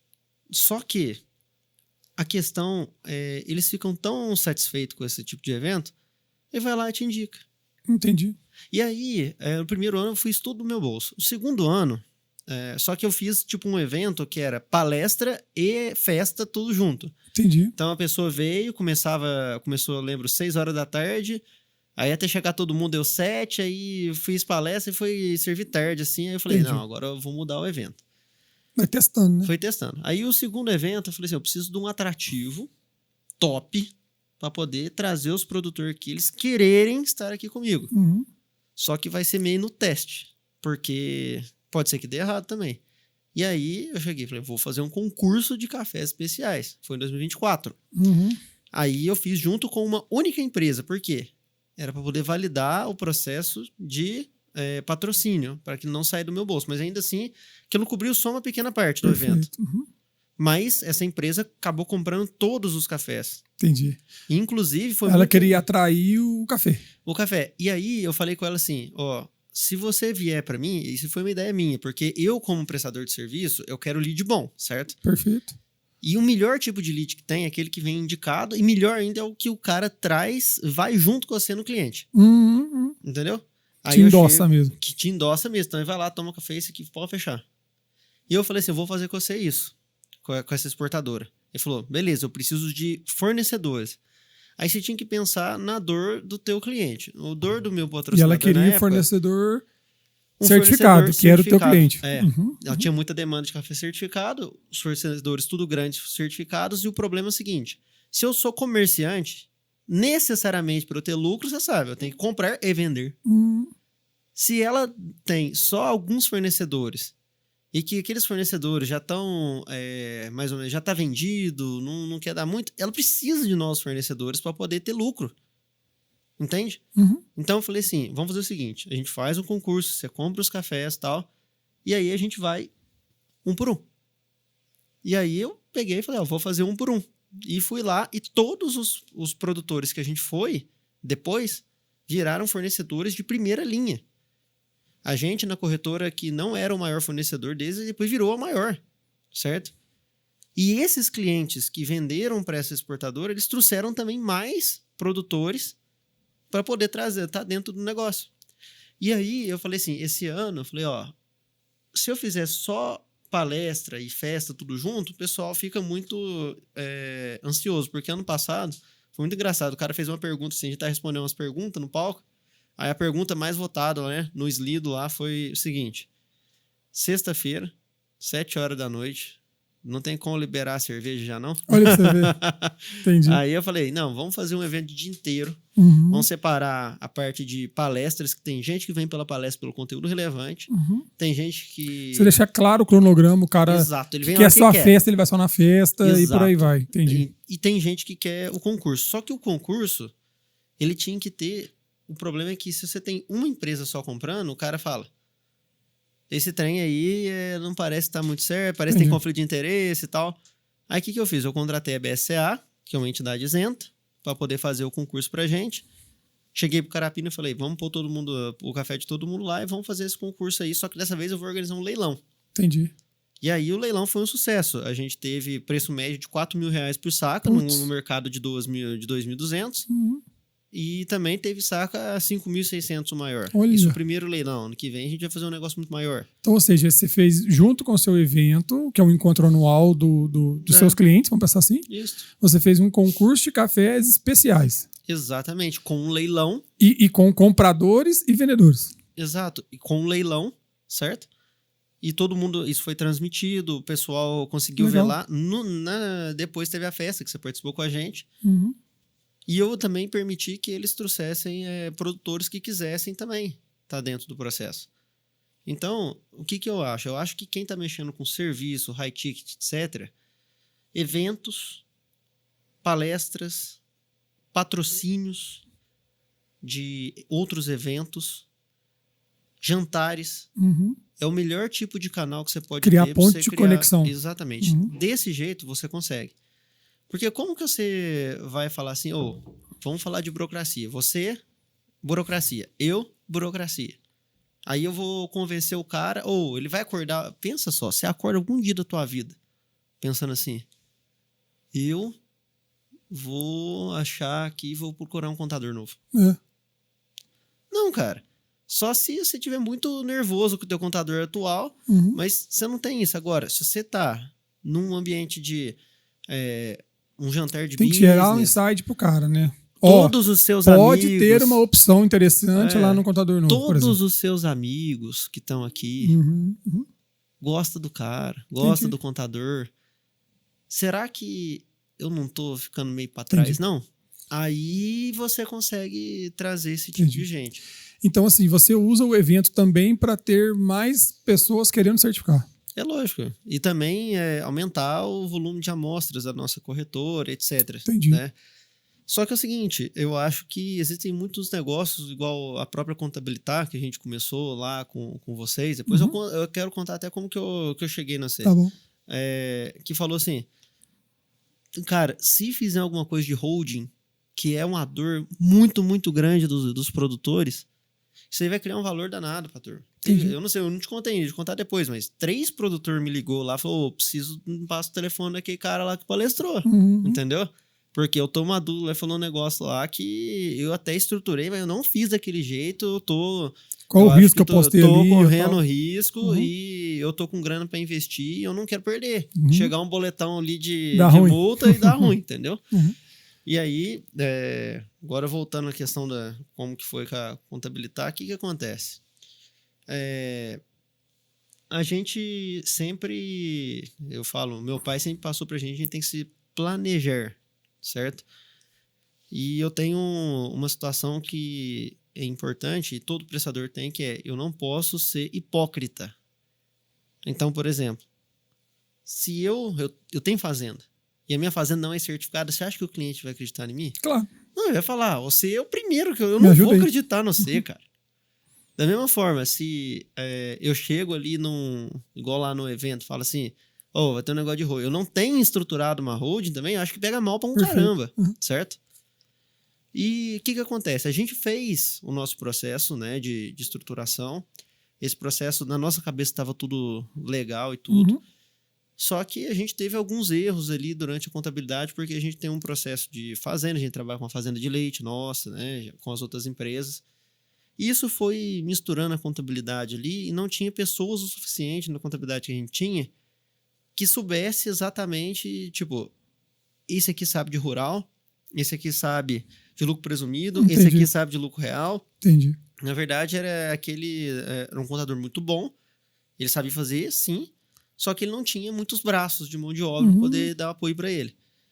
Aí a gente estava vendo e falou assim, olha, eu tô achando que é melhor a gente... eu sei que esse contador que está com a gente já faz tempo, em algum momento ele ia aumentar a equipe, ia estruturar, mas eu não podia esperar meu negócio. Aí o que eu fiz? Eu liguei para um amigo meu, certo? Falei assim, você precisa ver contabilidade, não sei o quê. Quem que você indica aí? Quem que você indica? Aí eu liguei para um advogado também, liguei para um pessoal aqui de Varginha, falei assim, eu não quero uma contabilidade, eu quero uma contabilidade em Varginha, porque é uma cidade maior, tudo. E eu lembro que eu liguei para 4 pessoas. Era assim, uma não me atendeu. 4 pessoas. 4 pessoas indicou a Contabilitar. Entendi. Certo? E tinha gente que nem era cliente tua, mas falou, o ponto de conexão ali foi comum. Eu tô achando que vai ser eles. Por quê? Porque eles têm muita gente especializada em cada área e pelo menos não resolver o problema, você sabe que eles vão te dar um caminho pra você seguir. Mas sabe o que isso a gente só ganha com o tempo, cara, não tem jeito. Porque pensa, você vê, você fez a primeira certificação, você bateu cabeça. Você fez a segunda, você já bateu menos cabeça. Você fez a terceira. Aí você fez a primeira de soja, aí você bateu cabeça de novo. Aí você fez a segunda. Então a tua experiência, né, que faz você chegar onde você chegou, né? E a gente ralou muito no começo porque a gente era novo, tarado por contabilidade, por tributos, querendo estudar com sangue novo. Então a gente pegava qualquer desafio, cara. Então a gente ia fazendo, aprendendo. E, cara, a gente tinha desde farmácia até indústria de café e indústria de produto químico. Então, cara, a gente foi navegando por todos. A gente não é um escritório nichado que atende só um setor A ou B. Então, a gente foi navegando por todos os caminhos e a troca de experiência com o empresário A, o B, o podcast A e B ou C vai te trazendo know-how, portfólio, experiência e etc. Entendeu? E a gente foi fazendo dessa forma. Então, em quase todos os setores da economia, a gente tem um cliente que talvez é um pioneiro daquele mercado da região, ou um cara que é referência daquela região, ou daquele setor, e a gente usa ele como base. Ó, já fiz esse trabalho para tal fulano, opa, se tal fulano fez, para mim pode ser interessante. Então, a gente conseguiu com o tempo, né? Hoje a gente está com 120 pessoas e 1.000 clientes, mais de 1.000 clientes na carteira. Então, cara, é difícil ter um setor de que a gente não fez um trabalho ainda A ou B, entendeu? E eu aprendo com um e levo a experiência que eu aprendi com um para o outro. E aí isso faz. E eu acredito que com vocês também não é diferente. Sim, né? Mas eu lembro, cara. Eu visitei umas 3 empresas de contabilidade quando eu estava mudando. Aí fui na primeira, achei muito boa também. O pessoal sabia o que estava acontecendo e tal. Mas o que eu achei interessante é processo. É muito diferente o processo de vocês. Porque eu lembro... Ainda mais vocês que lidam com certificação. Não, o Luiz né? me mostrando... Você vai olhar, opa, peraí, qual que é a chance desse cara errar comigo? Quanto mais processo ele tem, menor é a chance dele errar comigo, né? Tem Exato. Aí essa o Luiz me fez eu falei assim, eu faço questão de ir aí para conversar, não vamos fazer isso online, não. Ele foi no meu escritório, depois eu fui lá. E aí ele me mostrando o escritório de vocês lá, tudo setorizado, aqueles sistemas de IA que vocês têm, que evita muito erro, das certidões. Aí eu falei assim, cara, beleza, é mais ou menos isso que a gente precisa. Mesmo que a gente pague mais do que eu pago hoje, eu falei assim, cara, tem uma multa. Pelo amor, é uma economia, tem economia que é boba. Eu acho que economizar no contador é bobo. E eu tenho muito cliente que me exige isso. Entendeu? Como você falou, certificado. A certificação vai pagar tanto. Então, eu tenho muito cliente que me exige, por exemplo, empresas maiores com departamentos que exigem estrutura A, B ou C. Eu tenho cliente que ele acessa os meus sistemas de obrigação acessória lá da empresa dele para ele validar se aquilo está sendo feito. Então, cara, desde como eu armazeno o certificado digital do cliente até como eu envio documentação ou recebo a documentação para ele. Então, e aí eu tenho cliente que não vai me exigir isso e às vezes eu sou até caro para ele, né? E tem cliente que vai me exigir isso e para isso eu consigo preencher a necessidade dele. E é claro que a gente não é o melhor contador para todo mundo, tem cliente que não vai combinar com esse tipo de coisa, né? É lógico. Eu já tive cliente que na prospecção comercial ele me falou que como a gente era grande demais, sei lá, e ele não ia conseguir falar comigo, né, com o Felipe a todo momento, para ele aquilo não é interessante. Ele optou por um que ele consiga falar com a pessoa a todo momento. Falei, beleza, é a escolha dele, né?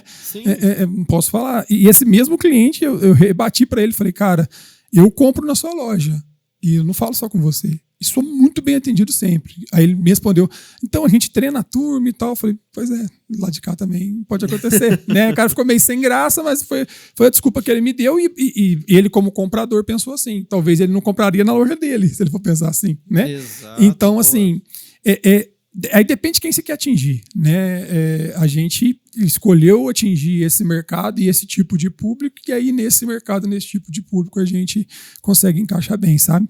E se eu fizer uma pesquisa de satisfação em todos os meus clientes, as notas 10, 9, 9,5, 8, 8,5 que eu vou ter vai ser nesse público, aquela persona, né? Aquele cliente ideal para você vai ser nesse público, né? Mas, cara, são anos de gestão, arrumar, fazer aqui, ajustar aqui, e é problema todo dia pensando em solução, todo dia resolvendo, e no teu caso também é a mesma coisa, né? A experiência que você teve no passado é o que te prepara para agora. Tem até uma música do Jorge Versilo, né? Os amores antigos me preparou para você, né? Já viu isso? Então, é essa lógica, né? Apanhando no dia a dia, você vai consertando, aprendendo com o erro e vai ajustando o curso. Com certeza. Isso é bacana. Cara, quanto tempo vocês estão no mercado já?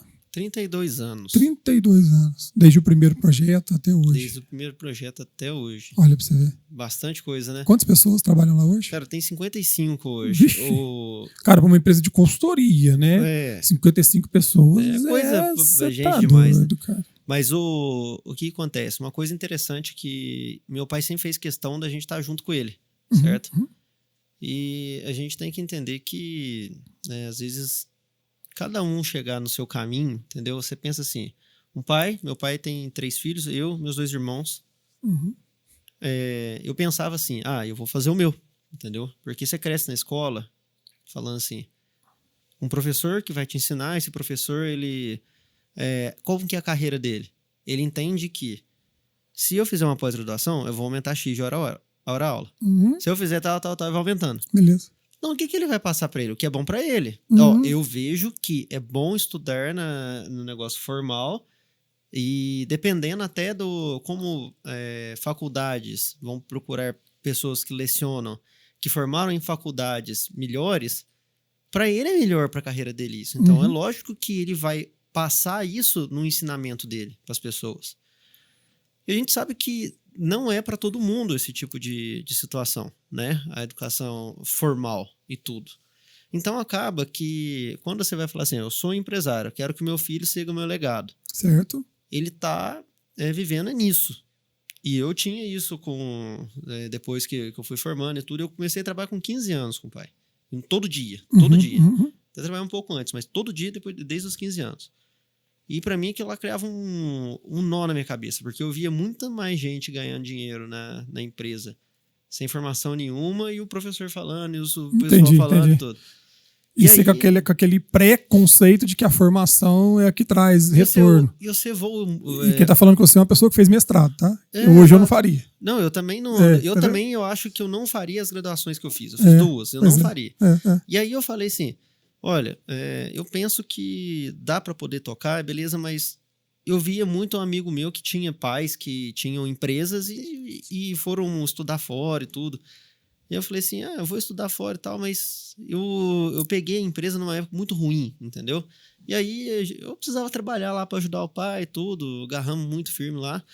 Aí, cara, só sei que eu cheguei e falei assim, não faz muito sentido, porque o cara que tá lá... Eu via meus amigos tudo estudando e tudo, eu conseguindo minhas coisas, etc. Falei assim, alguma coisa tá errada nisso, certo? E aí que eu fui realmente pro lado realmente do meu pai lá e tudo. Meus irmãos vieram muito nesse exemplo, entendeu? Entendi. Porque sabe o que acontece? Você pode fazer o que você quer, mas dentro da estrutura que você já tem. Entendi. Você não precisa, mesmo que você não tenha uma empresa, mesmo que você não tenha... pessoas que te apoiam, mas você tem uma estrutura, você pode dentro dela fazer o que você quer. Ter a liberdade ali. Exato. Desde que você conquiste ela. Agora, você pegar e ficar pensando assim, só depois que eu estudar e tudo, você tá ferrado. Entendi. Então, o que eu fiz? Eu peguei e fui muito para esse negócio. Aí eu estudei sistemas de informação, depois fiz análise de sistema. E falei assim, eu queria mexer com software e tal, fiz um software lá dentro da empresa. Entendi. Entendeu? Para resolver um problema da empresa. Perfeito. Depois eu fui mexer com o que eu queria, certo? Mas você consegue agregar valor. Entendeu? Cara, assim, você lida com mão de obra, né? Eu lido também. E eu tenho visto uma mudança cultural, né, enorme nos jovens de hoje, né? Os jovens da época da minha mãe já crescia falando em faculdade, quero ter graduação. Na minha época, um pouco pela essa formação familiar, a minha família é de contadores, sim, eu também já veio no sangue meio que isso, certo? Hoje eu tenho uma dificuldade de achar gente que está fazendo graduação para contratar. E eu tenho uma regulamentação forte do CRC que eu não posso contratar, ou se o cara não estiver lá no 5º período, eu não for formado em contabilidade. Eu não acho mais jovem que estudar 4 anos para formar em contabilidade para poder trabalhar.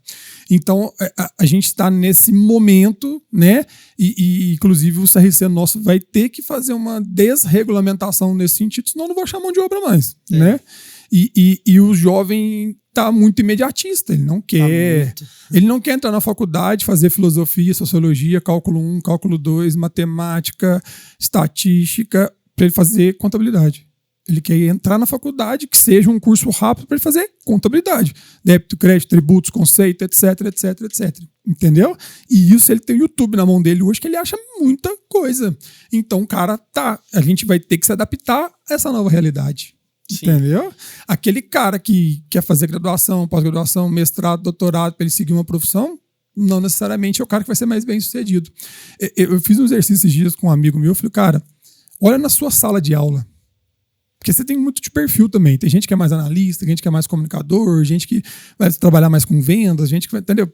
Mas pega lá, qual que era o aluno seu, colega de sala sua, que tirava só 10, certo? Qual que é a posição, talvez, financeira dele hoje?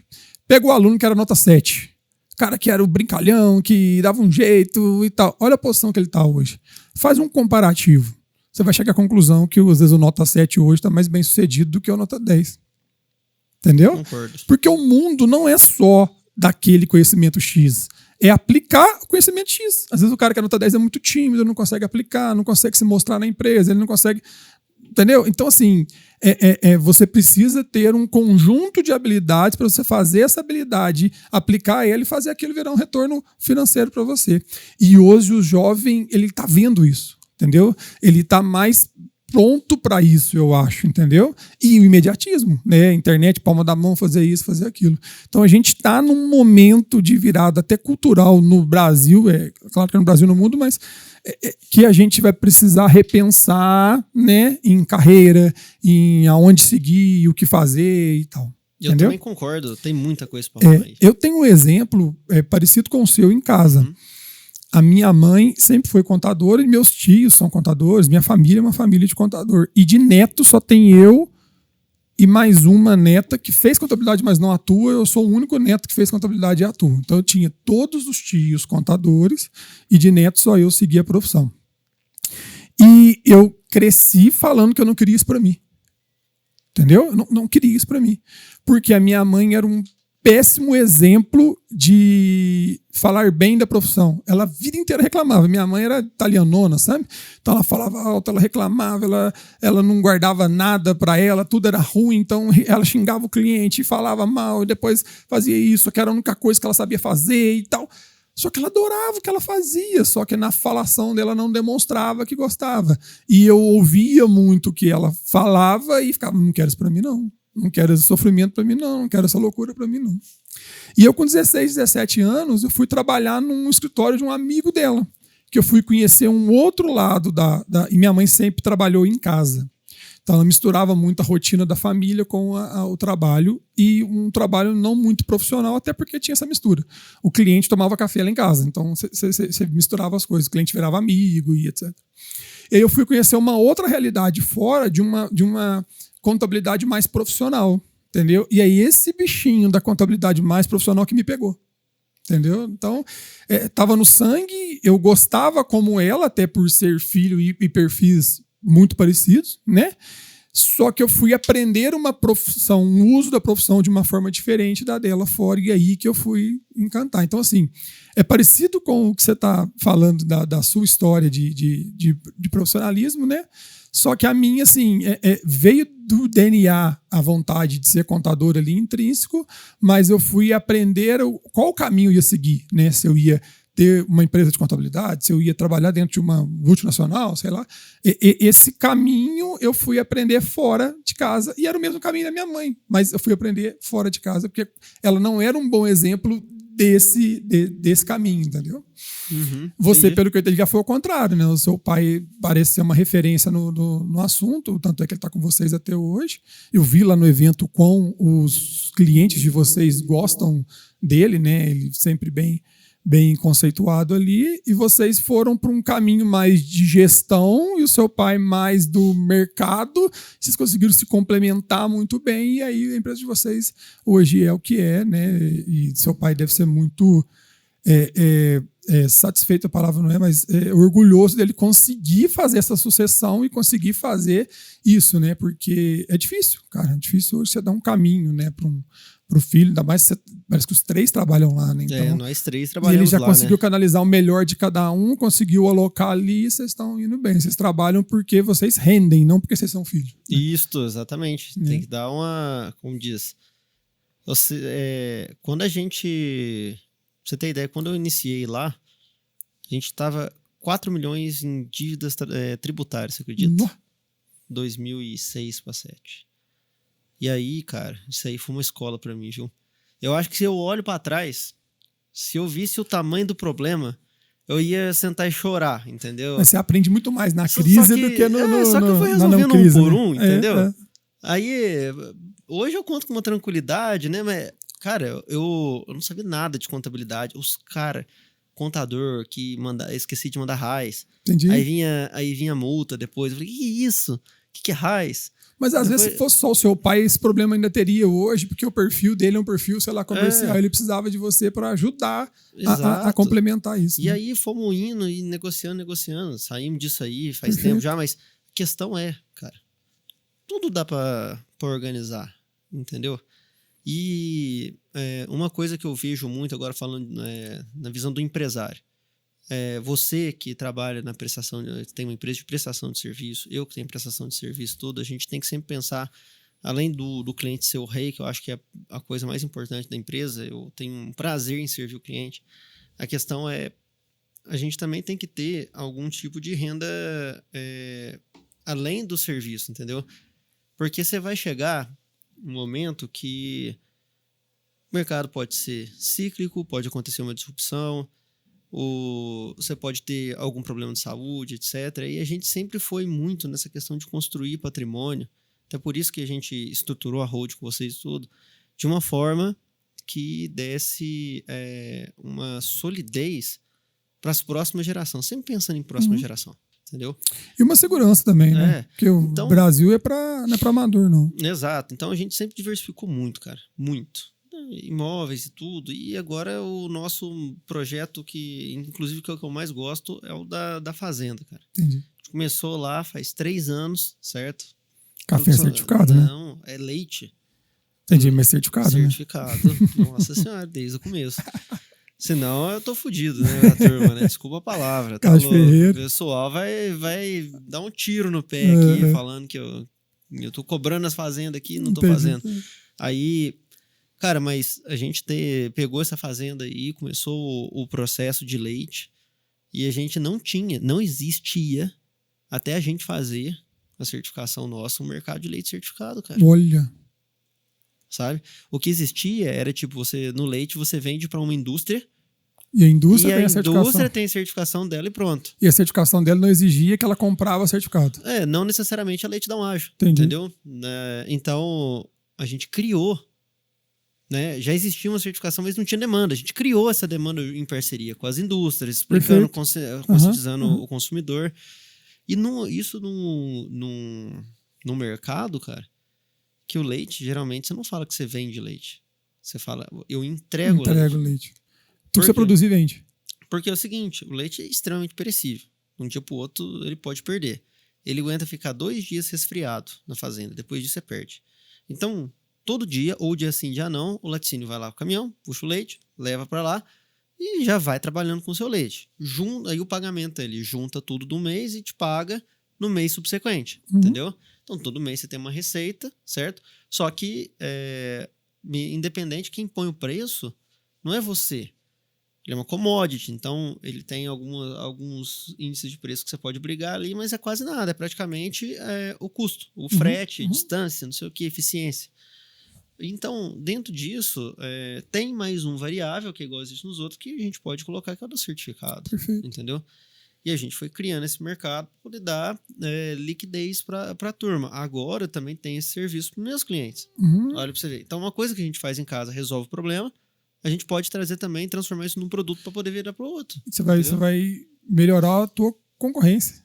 Ué. Né? Exato. E foi difícil para você... criar cultura no comprador de leite de certificação? Foi a coisa mais difícil desse Imagina. mundo.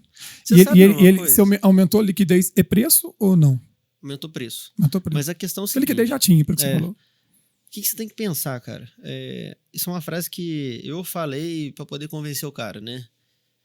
O café segue o vinho e o leite segue o café. Você sabe por quê? Entendi. Porque o café, ele foi imitar o vinho para poder iniciar o processo de café especiais nos anos 80, certo? Mas o vinho Cerveja também. Cerveja também imita o vinho. Exato. Então, quem começou com tudo, com essa questão de transformar, pivotar de uma commodity para algo de especial e gourmet, foi o vinho. Ele é o exemplo a ser seguido. Uhum. Então veio a cerveja, veio o café. O leite, ele está, neste momento, num embrião de como estava acontecendo no início dos anos 80 com o café. Ou seja, quem fizer vai beber água limpa. Exato. Quer trabalhar o State Coffee, que é o nome da fazenda, que é trabalhar origem, que é trabalhar a sustentabilidade. E tem um movimento de grandes indústrias comprando laticínios, né, cara? Tem. Bastante. A consolidação tá mesmo. acontecendo muito, cara. Muita empresa grande comprando laticínios menores e colocando isso, porque o mercado do leite, ele demanda muito fluxo de caixa, sabe? Então, conforme vai subindo o preço ou descendo o preço, se o laticínio não tem uma demanda muito, muito certa, porque olha pra você ver, o dono do laticínio, eu acho ele um herói, porque ele vende para um mercado que vai pagar ele 90 dias depois, cara. Entendi. E ele tem que pagar o leite do cara aqui com 45 dias. E capital de giro que ele tem que ter. 45 dias de capital de giro que ele tem que juntar. Não tem gente que tem margem para talvez cobrir isso. Não existe uma margem absurda de qualquer produto hoje. Então, você for pensar, vender para mercado, o cara vai para um markup de 30% ainda, em chegar competitivo com outro laticínio na gôndola, o cara tem uma necessidade de capital de giro E você absurda. tem as cooperativas também que conseguem um diferencial, né? Você tem, exatamente, tributário. Concorrer com a cooperativa ainda. Então você tem muita concorrência, certo? Para chegar num preço que consegue sair isso e consiga preservar teu cliente, e você ainda tem que pagar o produtor todo mês, senão ele também não vai te entregar o leite. E aí você trouxe a certificação, que é um diferencial aí. Porque uma resiliência, pensa só, você cria um produto certificado para pular na gôndola, certo? Você começa a criar, você sabe, uma commodity e entra num negócio assim de personalidade, né? O cara que tá comprando, ele tá comprando o que quer, que gosta daquilo, porque eu posso fazer uma manteiga certificada, outra não, mas uma protege o ambiente, outra não. O cara que vai comprar é porque ele quer. Aí beleza. Eu concordo comigo que eu tenho mais resiliência a longo prazo na minha ponta de demanda do que o outro que às vezes compra só por preço. Perfeito. Então, é óbvio que eu vou trazer mais segurança e eu vou trazer melhores oportunidades para todo mundo. Entendeu? E você vai selecionar teu cliente. Exato. Isso acontece em qualquer nicho, entendeu? Mas você tem que criar, certo? Igual a gente não tinha negócio da soja, a gente foi criando e tudo. E começar a trazer. A gente vê a demanda do cara e vê assim, eu acho que tem dinheiro que tá faltando aqui, que tá ficando na mesa, a gente precisa pôr a mão nele. Igual a gente mexeu também, a gente tem alguns projetos na parte de carbono, certo? Também era dinheiro que estava na mesa, e os produtores começaram a ganhar dinheiro com isso. Então, a gente tem que ver, ter a cabeça bem tranquila, assim, tá em relacionamentos, tá em lugares que a gente consiga trazer esse tipo de negócio e trabalhar ele com a nossa expertise. E aí você vai criando as soluções e a gente só consegue trazer agora, olhando como prestador de serviço, como empresário, para um cliente algo, vender algo para ele que vai criar um valor real. Senão ele não vai tirar o dinheiro da carteira dele e pôr na minha. Perfeito. Então, ele tem que ter um retorno de investimento para tudo que ele comprar de mim. Eu não trabalho. Tem gente que chega pra gente e fala, não. Eu falo assim, eu ganho uma parcela do que você ganha comigo. Exato. Exatamente. Não pode ter isso. O cliente tem que estar satisfeito e eu também. Perfeito. E ponto. Se o cara chega para mim com uma situação fácil, eu não consigo te ajudar. Se eu sei que você quer fazer, eu sei que se eu te apresentar uma proposta, provavelmente você vai fechar que você tá muito Mas não vai te empolgado, trazer retorno. Mas não vai trazer retorno, você vai ficar estressado comigo na hora que passar essa euforia aqui. Eu acho melhor a gente ficar quieto. Entendeu? Então a gente vai trabalhando assim. Você já falou da fazenda, falou da Agrogênios, né? Isso. E acho que teve uma outra coisa que você falou de... É o da corretora, né? É isso que eu te pergunto, você tá com o uniforme aí, Mitidieri e Associados, né? A gente... Faz 5 anos, né, que eu tô tocando lá, né? Então você tem a corretagem de café, só que você prioriza o certificado ou só o certificado? Não, mesmo? a gente prioriza o certificado. Pelo que eu entendi, focado no comprador. Você acha compradores que querem café certificados, né? Que é uma demanda que você tinha. Você pega uma fazenda assim, certo? A gente vai olhar, analisar. Eu faço um negócio. É como se fosse uma consultoria bespoke, entendeu? Que seria bem específico para o cliente. Como eu falei, a fazenda vai produzir cafés bons, médios e ruins, certo? A gente já conhece o terroir, a gente já conhece as variedades, a gente já tem um histórico grande, às vezes que ele é cliente da Agrogênios também, às vezes é, né? A gente visita ela e a gente fala assim, cara, aproveita teus cafés aqui, vamos fazer uma consultoria para blendar, aumentar o preço médio, vamos fazer uma consultoria para a gente fazer um pouco de mercado futuro, e a gente vai trazendo soluções para aumentar o resultado da fazenda de acordo com aquela fazenda específica. Sabe por quê? Porque o vendedor já tem contato, ele é teu cliente. Exato, então tipo, às vezes... O próprio vendedor, hoje, o bom corretor, eu aprendi isso com um diretor de uma cooperativa muito antigo, que ele chegou para mim e falou assim, Santos, Breno, é o seguinte, o bom corretor hoje no mercado, ele não é o corretor que tem as empresas compradoras. Porque você pode entrar na internet, todas têm site, todas têm Instagram, você pode chegar aqui em Varginha, na Alameda do Café, tem um monte de comprador de café, é impossível você não conseguir vender o café. Só que hoje vale muito mais você ter o relacionamento com o produtor do que você ter com o comprador. Antigamente ninguém sabia quem eram os compradores direito, então era muito mais tranquilo. Hoje o produtor tá com a bola da vez. E que é o que você já tinha, né? Mas assim, eu falo que as tradings e até os corretores, eles se fizeram por conta da dificuldade de gestão do produtor. O produtor, ele não consegue ainda ir atrás do comprador e negociar com o comprador. Né? Ele ainda faz isso via corretor. Eu acho que nós vamos chegar num momento que não vai ter isso mais. Eu acho que é o seguinte, é igual o corretor da Bolsa de Valores, entendeu? Cara, mas aquele é regulado, ele é necessário. Porque a CVM regula que tem que ser vinho corretor, por exemplo. É igual seguro. Seguro você tem que comprar vinho corretor. Eu acho que vai a seguradora acontecer... não vem direito. Agora o café não. Entendeu? É um mercado que se atua assim, né, cara? Sim. Por que surgiu a figura do corretor de café? Porque é o seguinte, o produtor, na maioria das vezes, cara, ele não sabe de mercado. É isso que eu tô te falando. Então, o que acontece? Mas é uma deficiência de gestão dele. É, dele. E eu acho muito difícil acontecer alguma coisa para poder mudar a curto prazo, entendeu? Pode ser a curto prazo, sim, mas eu tô vendo produtores que não preocupavam com gestão de custos estão preocupando. Isso. Que não preocupavam com tributo e estão preocupando. Que não preocupavam com proteção patrimonial e estão preocupando, entendeu? Que olhava melhores créditos, não ligava e agora está olhando. Então, eu vejo nos últimos anos recentes uma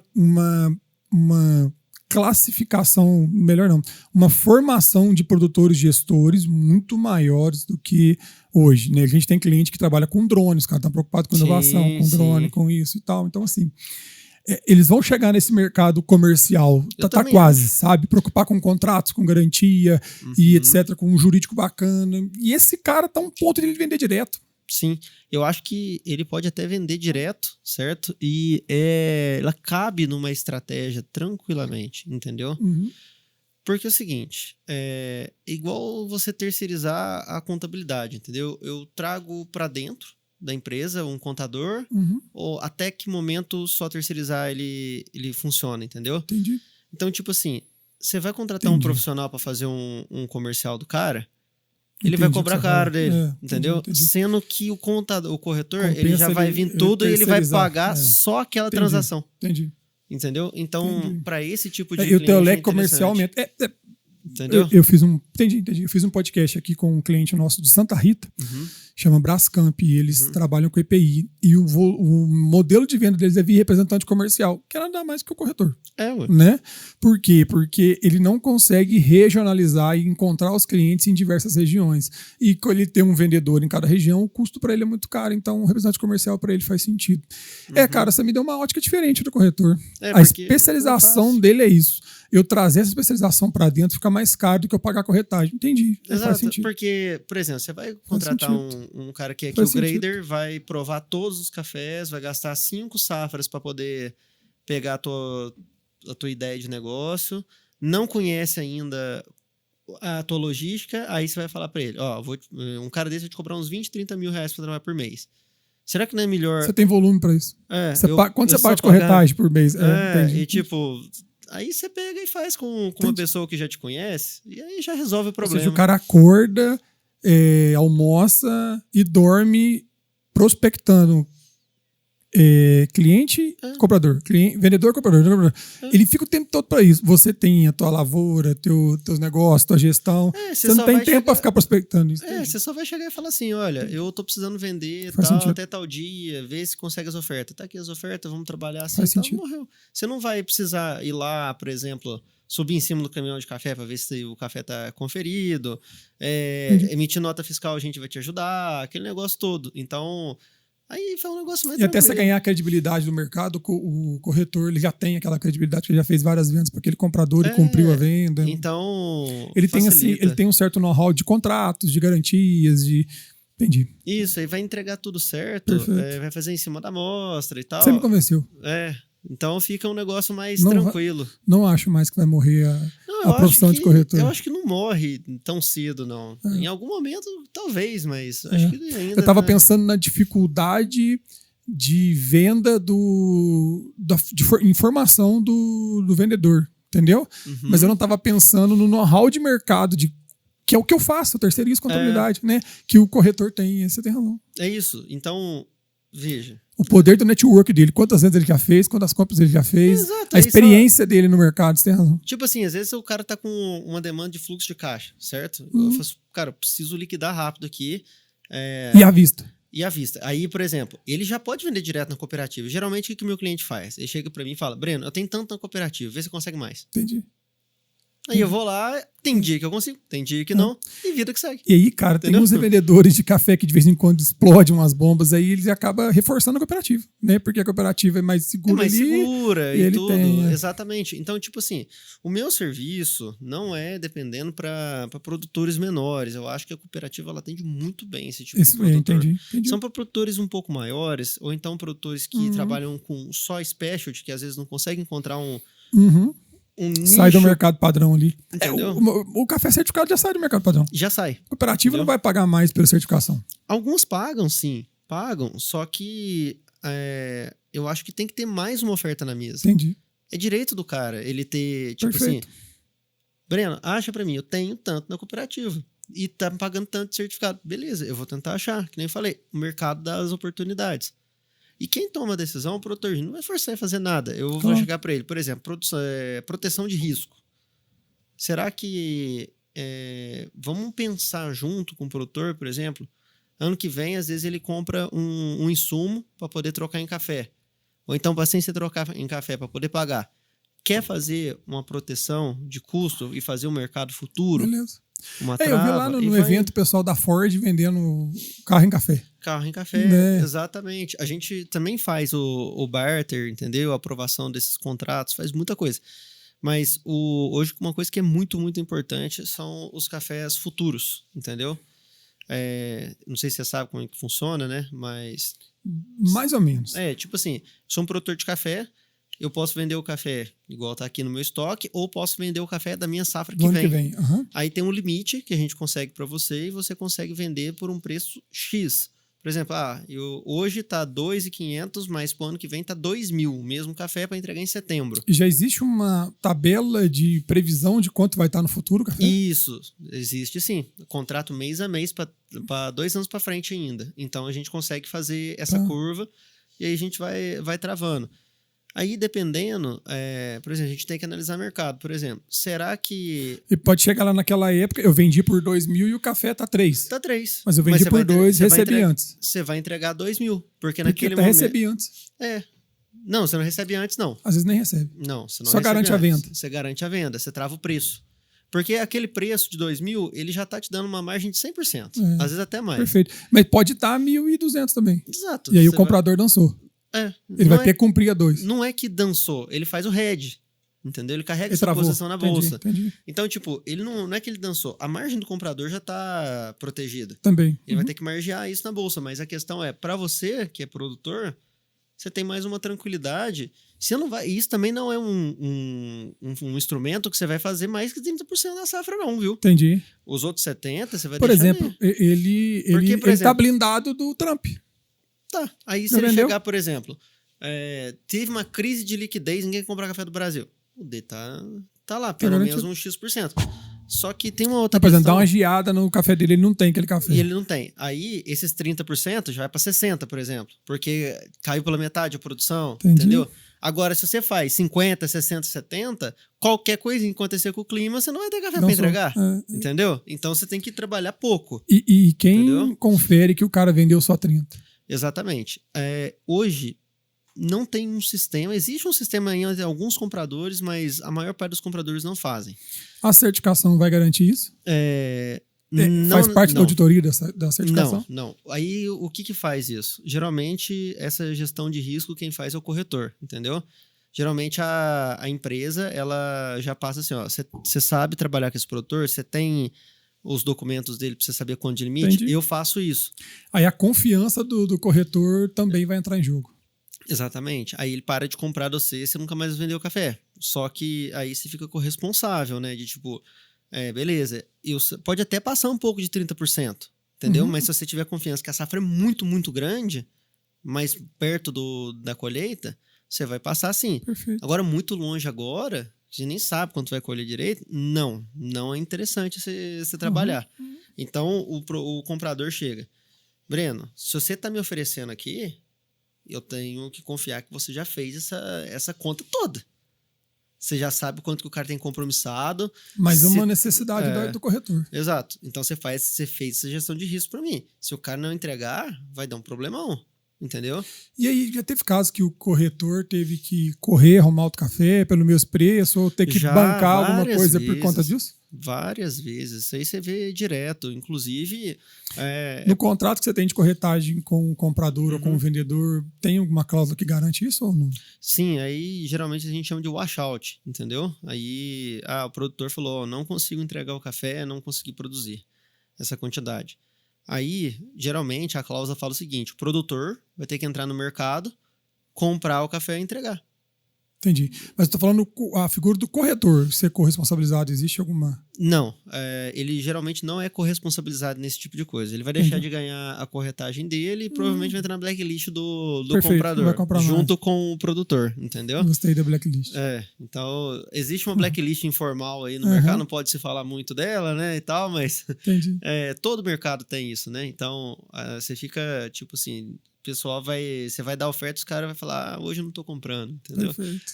Então, existe isso, mas no final das contas, por exemplo, existe muito golpe também. Aqui na Praça de Varginha, não sei se você já viu os golpes que estão dando aqui em corretor. Várias vezes tentaram dar na minha corretora, mas teve um caso aí famoso no ano passado. Chega uma amostra de café, do nada, no teu escritório. Um cafezão bonito. Aí fala, 2.000 sacos, fala, nossa, vou ganhar uma corretagem boa. Aí você liga pro número que tá lá, fala assim, o cara fala, eu te encontrei pela internet, não sei o quê, sou produtor e tal, te mandei a amostra aqui e tal, quanto que tá o café? Classifica ou vai você conseguir mais ou menos 2.100? Aí ele fala, tá, se você achar comprador 2.100, eu vendo. Aí você fala, opa, então deixa eu procurar aqui. Aí você volta pra ele e fala, você achou a 2.100? Ele falou, achei 2.100, fulano de tal, vai embarcar tal dia em tal lugar, pode fechar? Ele, pode fechar então. Aí falou, beleza, muito obrigado, vou bater o contrato, manda os dados, manda a inscrição estadual, tudo, o cara manda, você faz o contrato, ele assina, certo? Beleza. Chega no dia, tá lá embarcando café no armazém tal que ele colocou. Ele vendeu meus café pra um monte de gente. Isso, exatamente. Aí, o que acontece? Ele manda para poder pagar na conta. Esses dados são falsos. E o cara que é dono do café é outra pessoa que ele enganou falando que tinha vendido o café dele. Entendi. Então, embarca o café, manda nota, manda tudo, entendeu? No nome do terceiro. E o comprador faz o pagamento lá. Teve um que fez um pagamento de 800 mil pra um cara desse aí, entendeu? E perdeu o dinheiro. Não. Exato.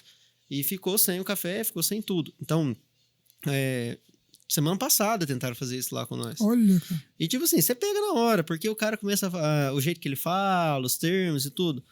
Mas golpe tem pra tudo quanto é lado. Então, por exemplo, eu tenho um departamento de cadastro, cara, na corretora. Mas o teu diferencial é que você montou a corretora partindo do vendedor, né? Porque o teu network é do vendedor, que era o certificado. Isso. Então, você sabe que o cara não vai dar esse nó, né, cara? Exato. E tipo assim, são pessoas que já estão dentro do nosso ecossistema, já prestando serviço. Então, a gente sabe...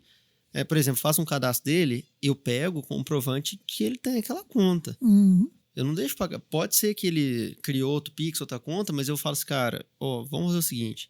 Eu sei que a tua estrutura é aqui, mas vamos pagar nessa aqui mesmo, que já tá cadastrado com a gente, eu sei que é verdade, tudo. Perfeito. Depois você manda um e-mail pra mim falando que mudou a conta e tal, porque senão vai dar problema, e aí isso aí pode dar um problema. Não tô falando que você tá mentindo, não, pelo amor de Deus, mas entendi. Isso é por segurança. Aí a gente não muda o procedimento, porque senão tem problema. E Entendi. muita gente acaba não tendo... na ânsia de fazer negócio, o cara que entra lá, às vezes, no início, como corretor, e fala assim, nossa, se eu fizer tantos mil sacos, eu vou ganhar tanto de dinheiro, nossa senhora. Ele fica na ânsia.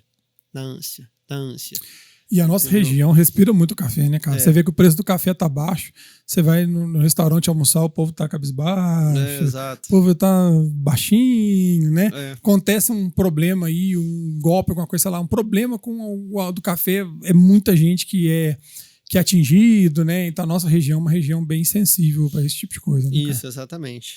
Então vocês têm a corretora, a consultoria em certificação, a fazenda, mais alguma outra serviço que vocês prestam lá? A gente tem essas empresas aí. Bacana demais. Mas é um ecossistema bacana, a gente foi construindo de pouquinho em pouquinho, que entendeu? Legal. Pra gente atender o melhor possível, principalmente o produtor e o comprador. Certo. Redes sociais de vocês? Você pode encontrar a gente no @agrogênios no Instagram e @Mitidieri Associados também, tá?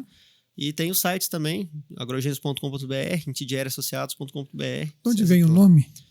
Qual? O Agrogênios. Agrogênios, meu pai que criou faz bem tempo, cara. Nem imagino de onde veio. Sei, é uma pergunta que eu nunca fiz pra ele. O nome é legal, O nome é legal, diferente. É diferente, né? E assim, ele não remete ao que vocês fazem, né? Tem que explicar, às vezes, o que faz e tal. No meu caso, contabilitar, o cara lê, não, o cara sabe faz, né?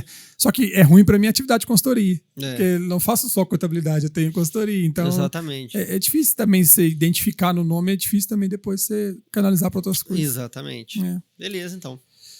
Breno, obrigado, viu? Obrigado tamo junto. pela tua participação aqui, pelo compartilhamento. Você foi de coração aberto, não escondeu nada. Isso aí. Passou todo o teu know-how e toda a experiência vivida lá. Obrigado mesmo, cara. Muito obrigado e foi uma satisfação aqui estar com vocês, tá? Bacana. Valeu. Parceria longa aí, as empresas, Contabilitar, Agrogênios. Até mais.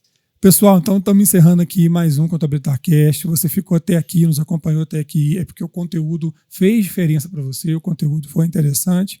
Compartilhe então com a pessoa que você acha que vai também gostar desse conteúdo para ajudar a gente aqui a continuar gerando esse tipo de conteúdo. Aquele joinha também nos ajuda, né, a mostrar quais foram os assuntos que mais gerou curtidas, né? E segue aí a gente no canal, né? Isso vai ajudar a gente aqui. A gente faz tudo sem patrocínio, sem nada, né? Mas vai ajudar a gente aqui a continuar fazendo isso. Obrigado, até a próxima.